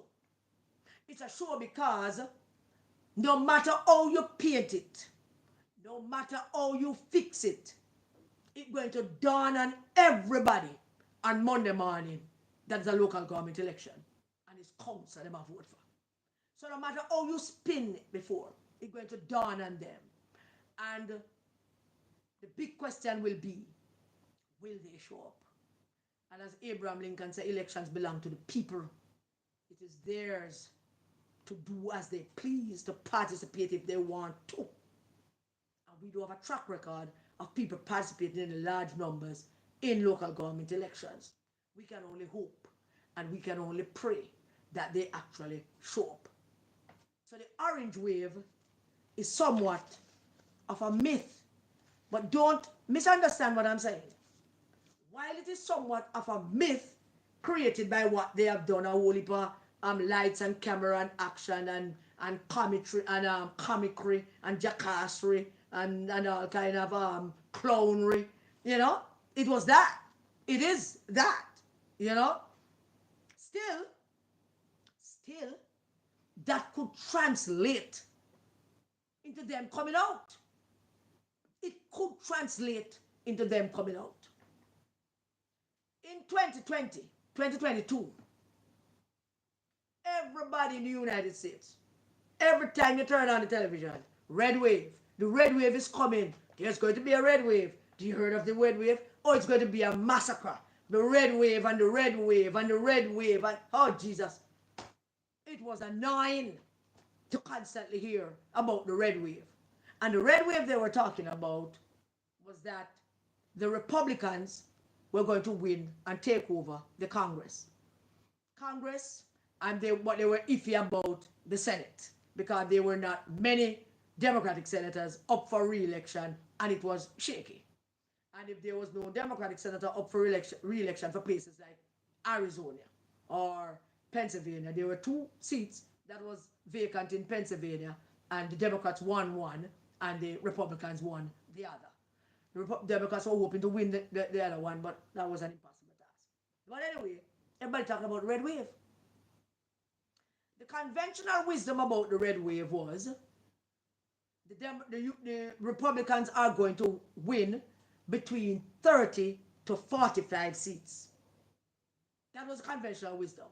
I tell you already, I correspond with a lot of Democratic and some Republican people because we had a group supporting Mitt Romney when he was running against Obama in his second term. And there was a conventional wisdom that the Republicans would get between 30 and 45 seats. And everybody look across the board, Larry Sabato, the whole of the posters them, and them see where a possible red wave could happen. Now, Nancy Pelosi is one of the smartest political leaders that I have ever met in my life. And every time I see and listen to Nancy Pelosi, I see and hear Lisa Hanna when she reach that age. Every time I hear it. And I remember one morning, Nancy Pelosi was, they did their regular, she was Speaker of the House and she did our congressional speakers press conference. They had a press briefing. And she was walking away from the press briefing. And a reporter stopped her and said, Speaker Pelosi, all that you just said that you are going to do now, you have to achieve that now in this political year because, I mean, the Republicans, according to all polls and everything, the Republicans are going to take over the next Congress by huge margins. The words there are huge margin. And Nancy Pelosi paused and looked at the reporter and said to her in very even tones, as only a seasoned politician would. And Nancy Pelosi said, you must never underestimate your opponent. Never. Don't underestimate your opponent. But you must also never ever overestimate them. Now, when Nancy Pelosi said that, everybody in the news media was having a fit, particularly Caitlin Collins on CNN. And Caitlin Collins was on CNN in the morning ranting and raving. What's the matter with Speaker Pelosi? Don't you see the polls? Don't you see this? Don't you see that they're going to lose? I don't understand Nancy Pelosi standing on this and just standing on that. But Nancy Pelosi never meant that they're going to keep the house. There was a possibility that they could. If there was not so much wranglings down in the New York, the Democrats took them eye off the ball and the courts made a mess of the gerrymandering down in New York, and the PM and the Democrats lost a very important seat in Patrick Mahoney's seat. And Patrick Mahoney was like part of the leadership of the Democratic caucus in the House, and he was in charge of candidate quality. He was the person who vet candidates that they want to represent in each district, because they believe that each district, you must look for the quality candidate that can fit into the district, which is a true thing. You look for the candidate and say if the candidate fit there. So if it's a district where there are a lot of veterans, you're looking for a man who probably served in Iraq, or a man who was in the army, or somebody from that caliber to get out there, because if the district is like 60% veterans and veterans family, you need somebody like that. You know? Mark, them don't understand those things. They will never understand those things. They have absolutely no idea what choosing a candidate is like, what a candidate quality, and how it reflects not only on the party, but how it can actually garner votes based on the quality of the candidate. And Patrick Mahoney lost his seat. I was so sad about that. Believe me. Really, really, a part of the LGBTQ community. And we were kind of, feeling for him. What Nancy Pelosi meant is that everybody can stay the excitement about red wave, while we, Nancy Pelosi said, are counting seats one by one. We are counting seats one by one. That's what Nancy Pelosi said. So them can stay to them red wave, we are count, because it's all about math. It's mathematics. It's addition in politics, not division, not takeaway. It's math. You're looking to add. And if you think you're going to lose something there, so you're looking to add it somewhere else. Come on. We got school. Mrs. Morgan, class. On the board, class. And had 8 eggs yesterday. Today, she have 5 eggs. How many eggs did Anne lose? And she repeat it. And we are going to solve the problem. when Miss Margaret asks you that question, and you go, so, she have 8 eggs yesterday, now she only have 5. Okay? 5. 5. 8 eggs, 5. 5. 5. 5. 6. 7. 8. 3, miss. 3. 3. Mm-hmm. Take away your last sum. Question. How can Anne get back those eggs that are now in Billy's tray? We never know at the time, but it was suggested that Billy stole the eggs. How can Anne get back the eggs, and how much eggs must Anne get back? Trick question, same answer. Trick question. Take away addition. Math is politics, politics is math. So when everybody was creating scene about red wave, sorry about that, Nancy Pelosi was doing mathematics. Many of you know Joy Reid and MSNBC. And Joy Reid, we follow Joy Reid, them call us readers. Joy Reid, on the night of the congressional half-year election in 22, Joy Reid mentioned her Jamaican readers. Call them readers, you know, because we follow Joy Reid. And Joy said, when on the night she, Rachel Maddow, Lawrence, and Ari Melba, and all of them, and Joy said, it's funny that we could be where we are now, because my Jamaican followers told me that's us. Us, she was never call our name, but that was us. When we told her that, yeah, the chances are the Democrats are going to lose the Congress, but it's not going to be a red wave. It's not going to be a red wave because Nancy Pelosi account while Democrats seed about red wave. I want to know flip it in. I hope you understand what I'm saying. I can't explain more. Them talk about red wave and Nancy Pelosi account seat. At the end of the day, it wasn't a red wave. It was like a pink trickle. They won by 5 seats. They actually now have a majority of 4 seats. Difficult to govern with. Although Nancy Pelosi governed with 6 seats as a majority. A wave is not about crowd.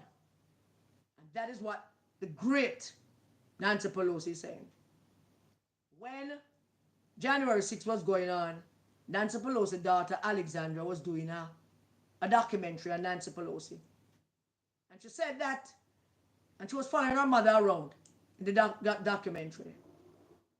And one time during the elections, and Alexandra was there with her. And Nancy Pelosi said, you don't count chickens, you don't count eggs until they are hatched. She meant chickens, but she never said right. We say we don't count chicken before them hatch. She said you don't count eggs until they are hatched, or something to that effect. She said, in other words, you can walk around with your orange flag and create excitement with your orange shoes and your orange shirt.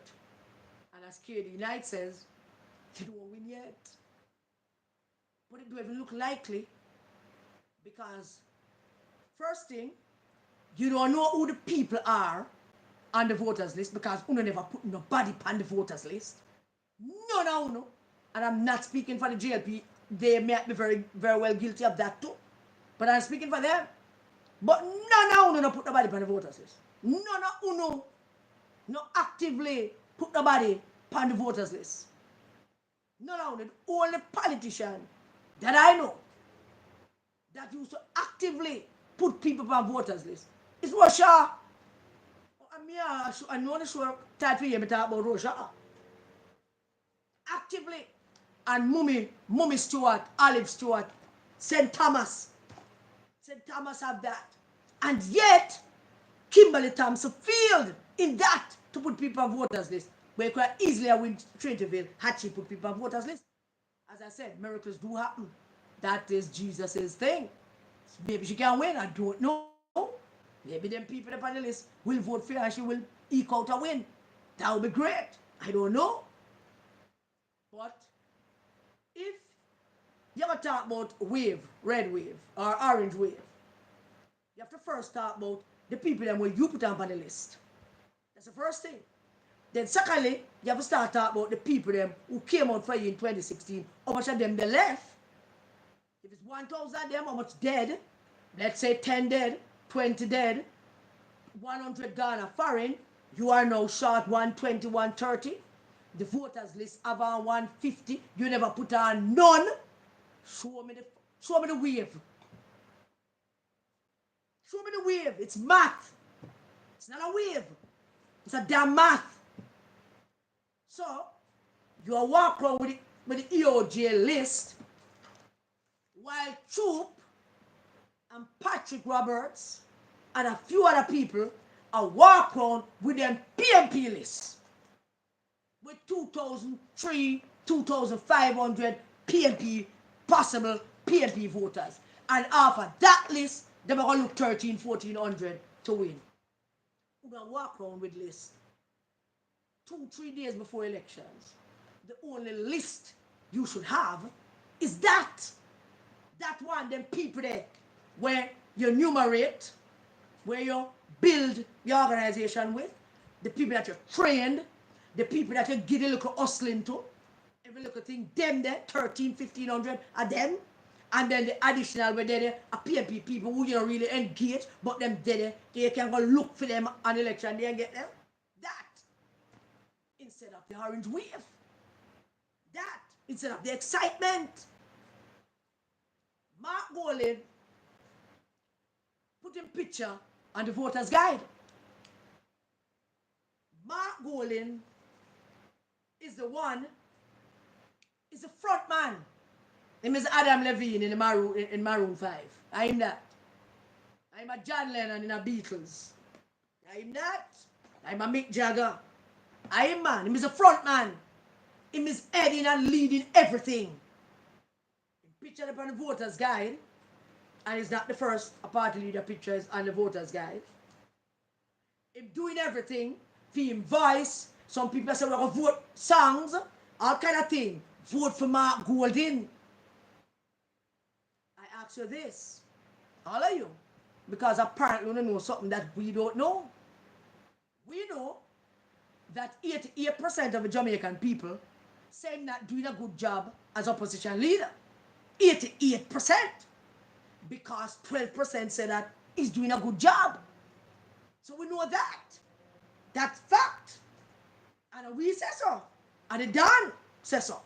So let's put that one side. So we know that. We know that he has spent the last almost 4 years introducing himself to the Jamaican people. We know that too. And each time that him go out and come back, him lose PMP votes. Him not gain none. It's math. Him not gain anything. Him just go. Yeah. It's math. Him is a front man. We put Portia's face on the voters guide in 2011. I think we did. I don't remember if we did it in 2016. But put it in 2011. And it worked. Now here's the difference between that and that. We never had to put PG picture on a voters guide. Never had to. We did it in 2011 to remind the people that a portion of them have voted for. A portion of them have give her a chance, because she never get her chance. That was the reason. And people wanted to give Portia her chance. That worked. I don't remember if we did it in 2016, but if we did, that didn't work. Because Portia got her chance. And the Jamaican voters have a very nasty habit of wanting to give people a chance. Always, voters very rarely vote for somebody. They're always voting against Smarty. Always. We're going to vote against a man, we're going to vote against a woman. We have vote out that this money, we have vote out that them. Them never ever yet have vote for anybody. Voters mainly have vote against people. If them come out enough, it's to vote against money. So, let's look at the conventional wisdom again. Your strategy is to front Mark as the front man. That's part of the strategy. The next strategy is to hope and pray, because that's the only thing we can do. Because we don't offer nothing else yet. We don't offer Jamaican people an alternative yet in terms of what the Jamaican people seek and what they need and what they want. We don't offer an alternative yet in terms of what you're going to do differently to make their lives better. You are just hoping and praying that enough of them upset with Mr. Holness that they're going to vote for you. That is what you call hope and pray. Hope and pray politics. Hope and pray have a role to play in politics. But hope and pray is after you do the work. Is after you do the enumeration. Is after you visit people. Is after you tie up your list. Is after you do all of that. Then you know that come Monday morning, it's in the hands of the voters, and that's when you hope and pray. You put Mark as the front man. You put him on the voters' guide. Him have 12% of favorability in the country. And that is what they say in politics that they would call a risky strategy. When I say it won't work, I am not saying it won't work. It's a risky strategy. And I'm not saying it won't work. What I'm saying to you is this. It's going to be very interesting to see you take that 12% and turn it into 48. After not doing the work. After not presenting to the Jamaican people an alternative, a viable, practical. You put out the what do you call it? Manifesto. I've never seen a local government manifesto before. That is also interesting. I mean, the politics is just changing every day, and I'm reveling in it. I'm reveling in it because this is going to be the first test to see if the Jamaican people have evolved, have become more and more sophisticated in how they view their elections and the people that they elect to serve them. So it's going to be very interesting to observe all of that. But your hope and pray and wish is that you put Mark out there and talk about corruption and hope that enough Jamaican voters are upset with Andrew Holness that they're going to come and vote for you. And that's your hope and pray. Risky strategy. I'm saying to the candidates, both JLP and PMP, and I'm saying to the voters of this country, it is time that voters of this country learn to stop with the argument about giving a man a chance and swapping black dog for monkey and all of that. And stop believing that your vote that you have is yours and yours only. It is not. It is not yours and yours only. Yeah? Vote for whatever candidate that you believe represent you. When you see him, you see you. When you see him, you see some future in your community, and some future in your family, and some future in your people.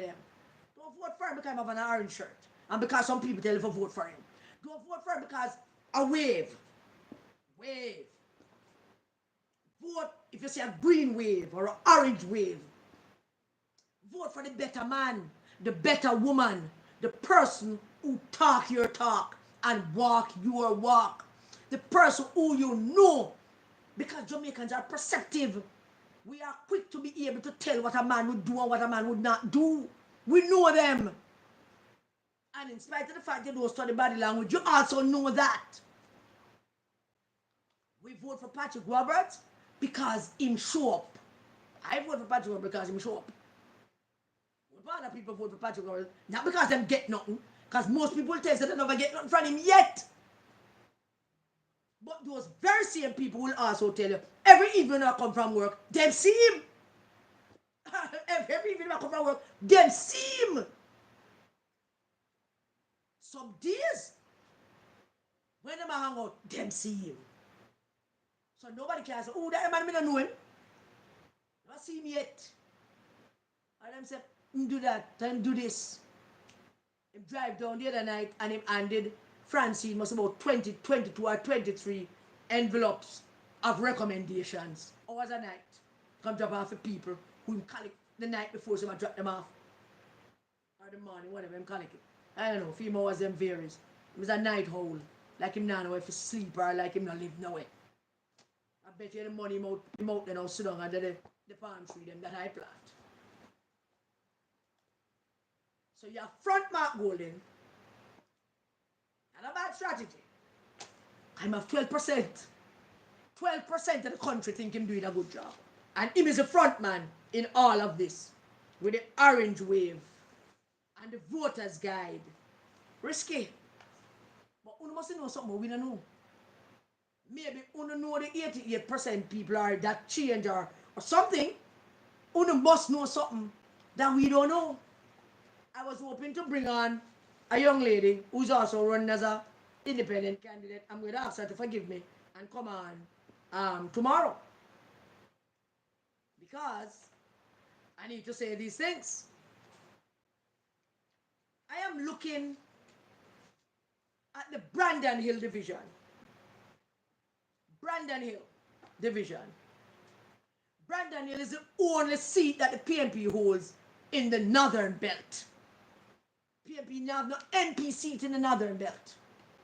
So Garrett Walker, the councillor for the Brandon Hill, is MP and councillor for PNP in the whole of Northern Belt. West Rural, East Rural, North Central, North East, all of them. Garrett Walker had that seat. Him not do nothing to help the young lady. Him not do no enumeration, him not help her, him not there for walk with her and go about business. He want the legacy for it to be said that he is the last PNP candidate to hold that seat. So he does nothing. I told him long ago, 2 years ago, a year and a half ago, she not going to make it. The only way she going to make it, I said to him right in front of him face. I said, Garrett, the only way she will make it is you have to walk through it with her. You have to hold her hand through every step of it. You can't leave her hand until election evening. You know what he said to me? Me know. And then he went away. And nobody don't take up that slack. And how many people have been enumerated, new people in Brandon Hill? 745. That's a record. Brandon Hill has never seen that kind of enumeration numbers for a while, if my memory serves me right. The woman, well, I don't call her a young woman, but you know, Abby is a woman, a big woman. Probably in her 40s, yeah. Abby Hill is a GLP candidate. Now, Abby was a GLP candidate once for Stony Hill. Then she came over to the PNP and she was a PNP candidate for Stony Hill and she lost that too. And she went back home to the GLP. And Abby is a GLP candidate for Brandon Hill. My information tells me she's not doing nothing much. She's not responsible either for the enumeration. Neither she, nor Garrett, nor the PNP candidate. None of them know anything about the 745 people that have been enumerated in Brandon Hill. Most of which I'm guessing are young people who want them ID. They were not motivated by any political party to go enumerate. But here the kicker. The most interesting thing about Brandon Hill is that Brandon Hill will also have a third-party candidate.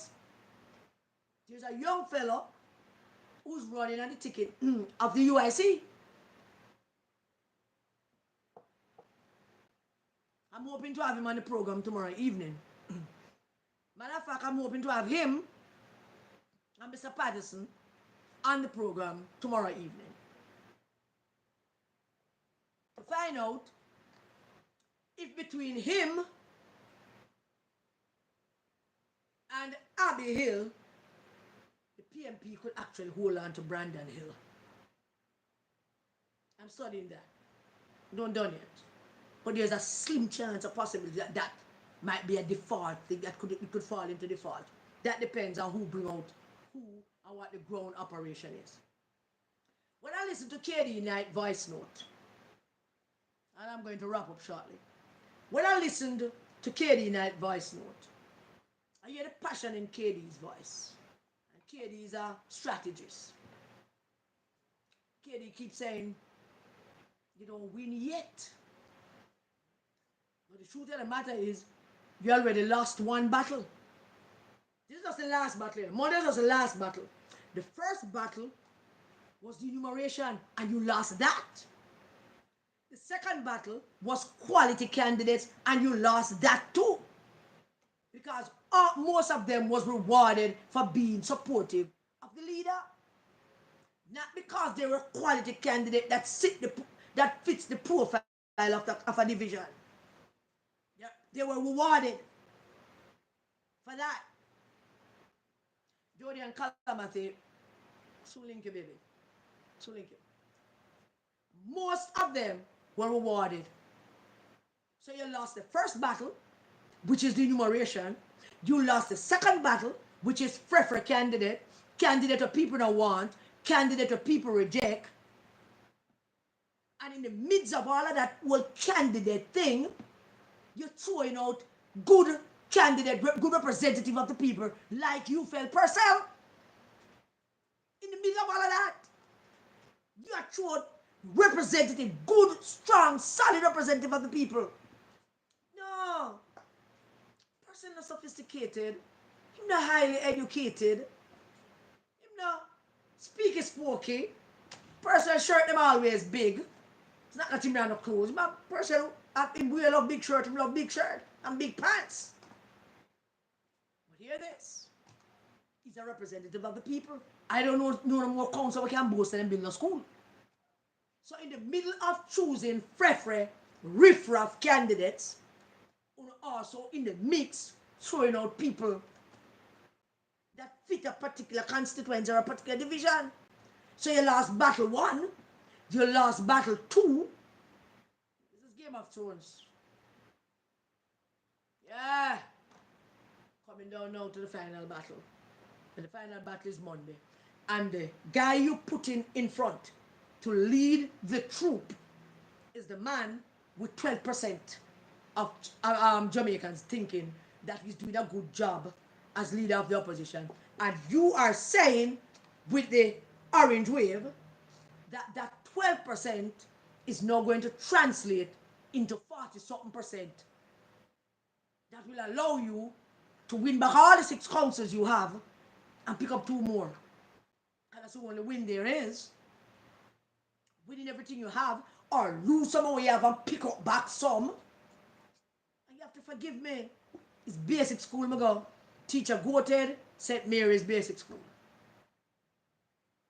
We learn to count. I never mastered the singing part, but we learn to count. Count and sing. It's the 2 things them teach at basic school to do mostly. Count and sing. You sing the ABC, you sing every damn thing. Count? I can't count. So you have lost the count. You have lost the quality candidate thing. You have absolutely no vision for the country. You're not offering the country any alternative. You're saying it in parables. So we don't know exactly what is it you're offering the people. The manifesto, just, you know, believe me when I tell them this. I want to understand because I don't say this very often. It's not something I think that is important for me to say very often. I am an educated woman. And when I look at the first page of that, if I couldn't understand it, I don't understand nothing from it. So maybe me dunce. But as Michelle pointed out to me earlier, if you use them kind of words there to talk to the Jamaican people, or the average Jamaican people know what you're talking about, who exactly are you talking to? Because that kind of manifesto would suit North Central, St. Andrew, Northwest, the upper echelon of Northwest St. Andrew, the upper echelon of West Rural St. Andrew. There is no other upper echelon, well, there is, upper echelons of St. Andrew. But the reciter at the lower echelon. Who are you talking to? Farmers? Housekeepers? domestic helpers, gardeners, groundsman, the man them will chop up the meat and bag up the meat up a some parts, this gas station attendants. Who exactly we're talking to in that manifesto? Who exactly are you talking to? Because of them, the barber, Danny out a road in them TV with Bruce Lee karate show and I sell bread and butter and tea until 3 a.m. I be attacked to. The man them will sit down and watch it. Them, cause them the man them sit down until 3 o'clock. Them now get up until Danny get up with the TV. I kind of surmise that them either do have no TV or do have no woman or them do have both. Me always pass and tell them that. But I don't them you talk to. Who you talk to? The guy them down Head Avenue where have the cook shop. And them you talk to? Because that is so understand that. The man them will sell chicken out the road, people will sell fish. They will ask what you mean by that. Who you speaking to? I don't know who you're speaking to, but you're asking them to give you a chance because they're upset with the Prime Minister, with Andrew Holness. But come February 27th, when them wake up, Andrew Holness will still be the Prime Minister. And if all that excitement that you rile up and bring out and create scene don't translate into win, keeping what you have, add more to it. If that don't translate into that, then you have lost them forever. Forever. There's no getting them back. Not you, Mark Jefferson. Not you.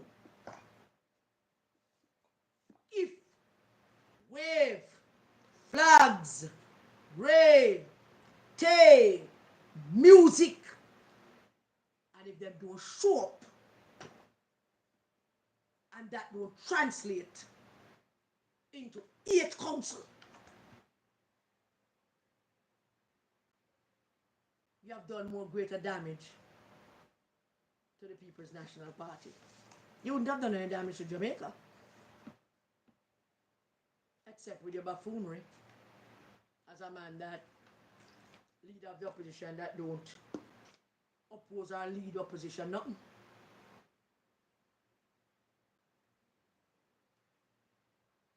You wouldn't be able to do that. Thank you all for joining me. It's been an interesting evening. I hope you join me tomorrow. I hope there's no party. As a matter of fact, if there's a party, I will lock it down. So that we can, tomorrow night, we are going to have that young fellow who is running as the UIC candidate in Brandon Hill.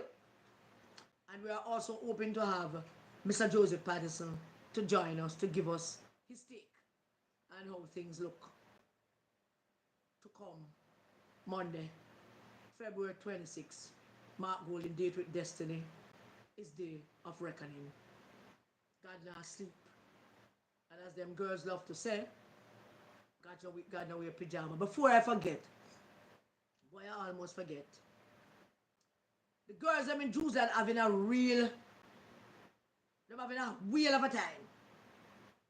About a whole heap of things. One them out of the bar, my daughter and her crew, them hype up for the PMP for Patrick. But them asked me to deliver a message, which I'm reluctant to deliver. But I hear me live, nobody told me.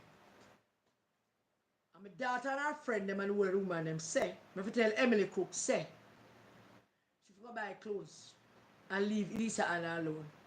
Because Lisa Anna nice. And Lisa Anna a ray. Me don't know what they mean. She a ray, she a flip, she a whatever. And she, them tell me to tell them, they say, all I know. We have up things that talk about Lisa Anna. Them want me to tell Uno, say, if Uno no stop, them are going to set me for Uno. I'm just delivering the message. And they made me promise that I'm going to say it. And I'm saying it. Alright? So, but they better say nice things about Lisa. If they are going to set me for Uno.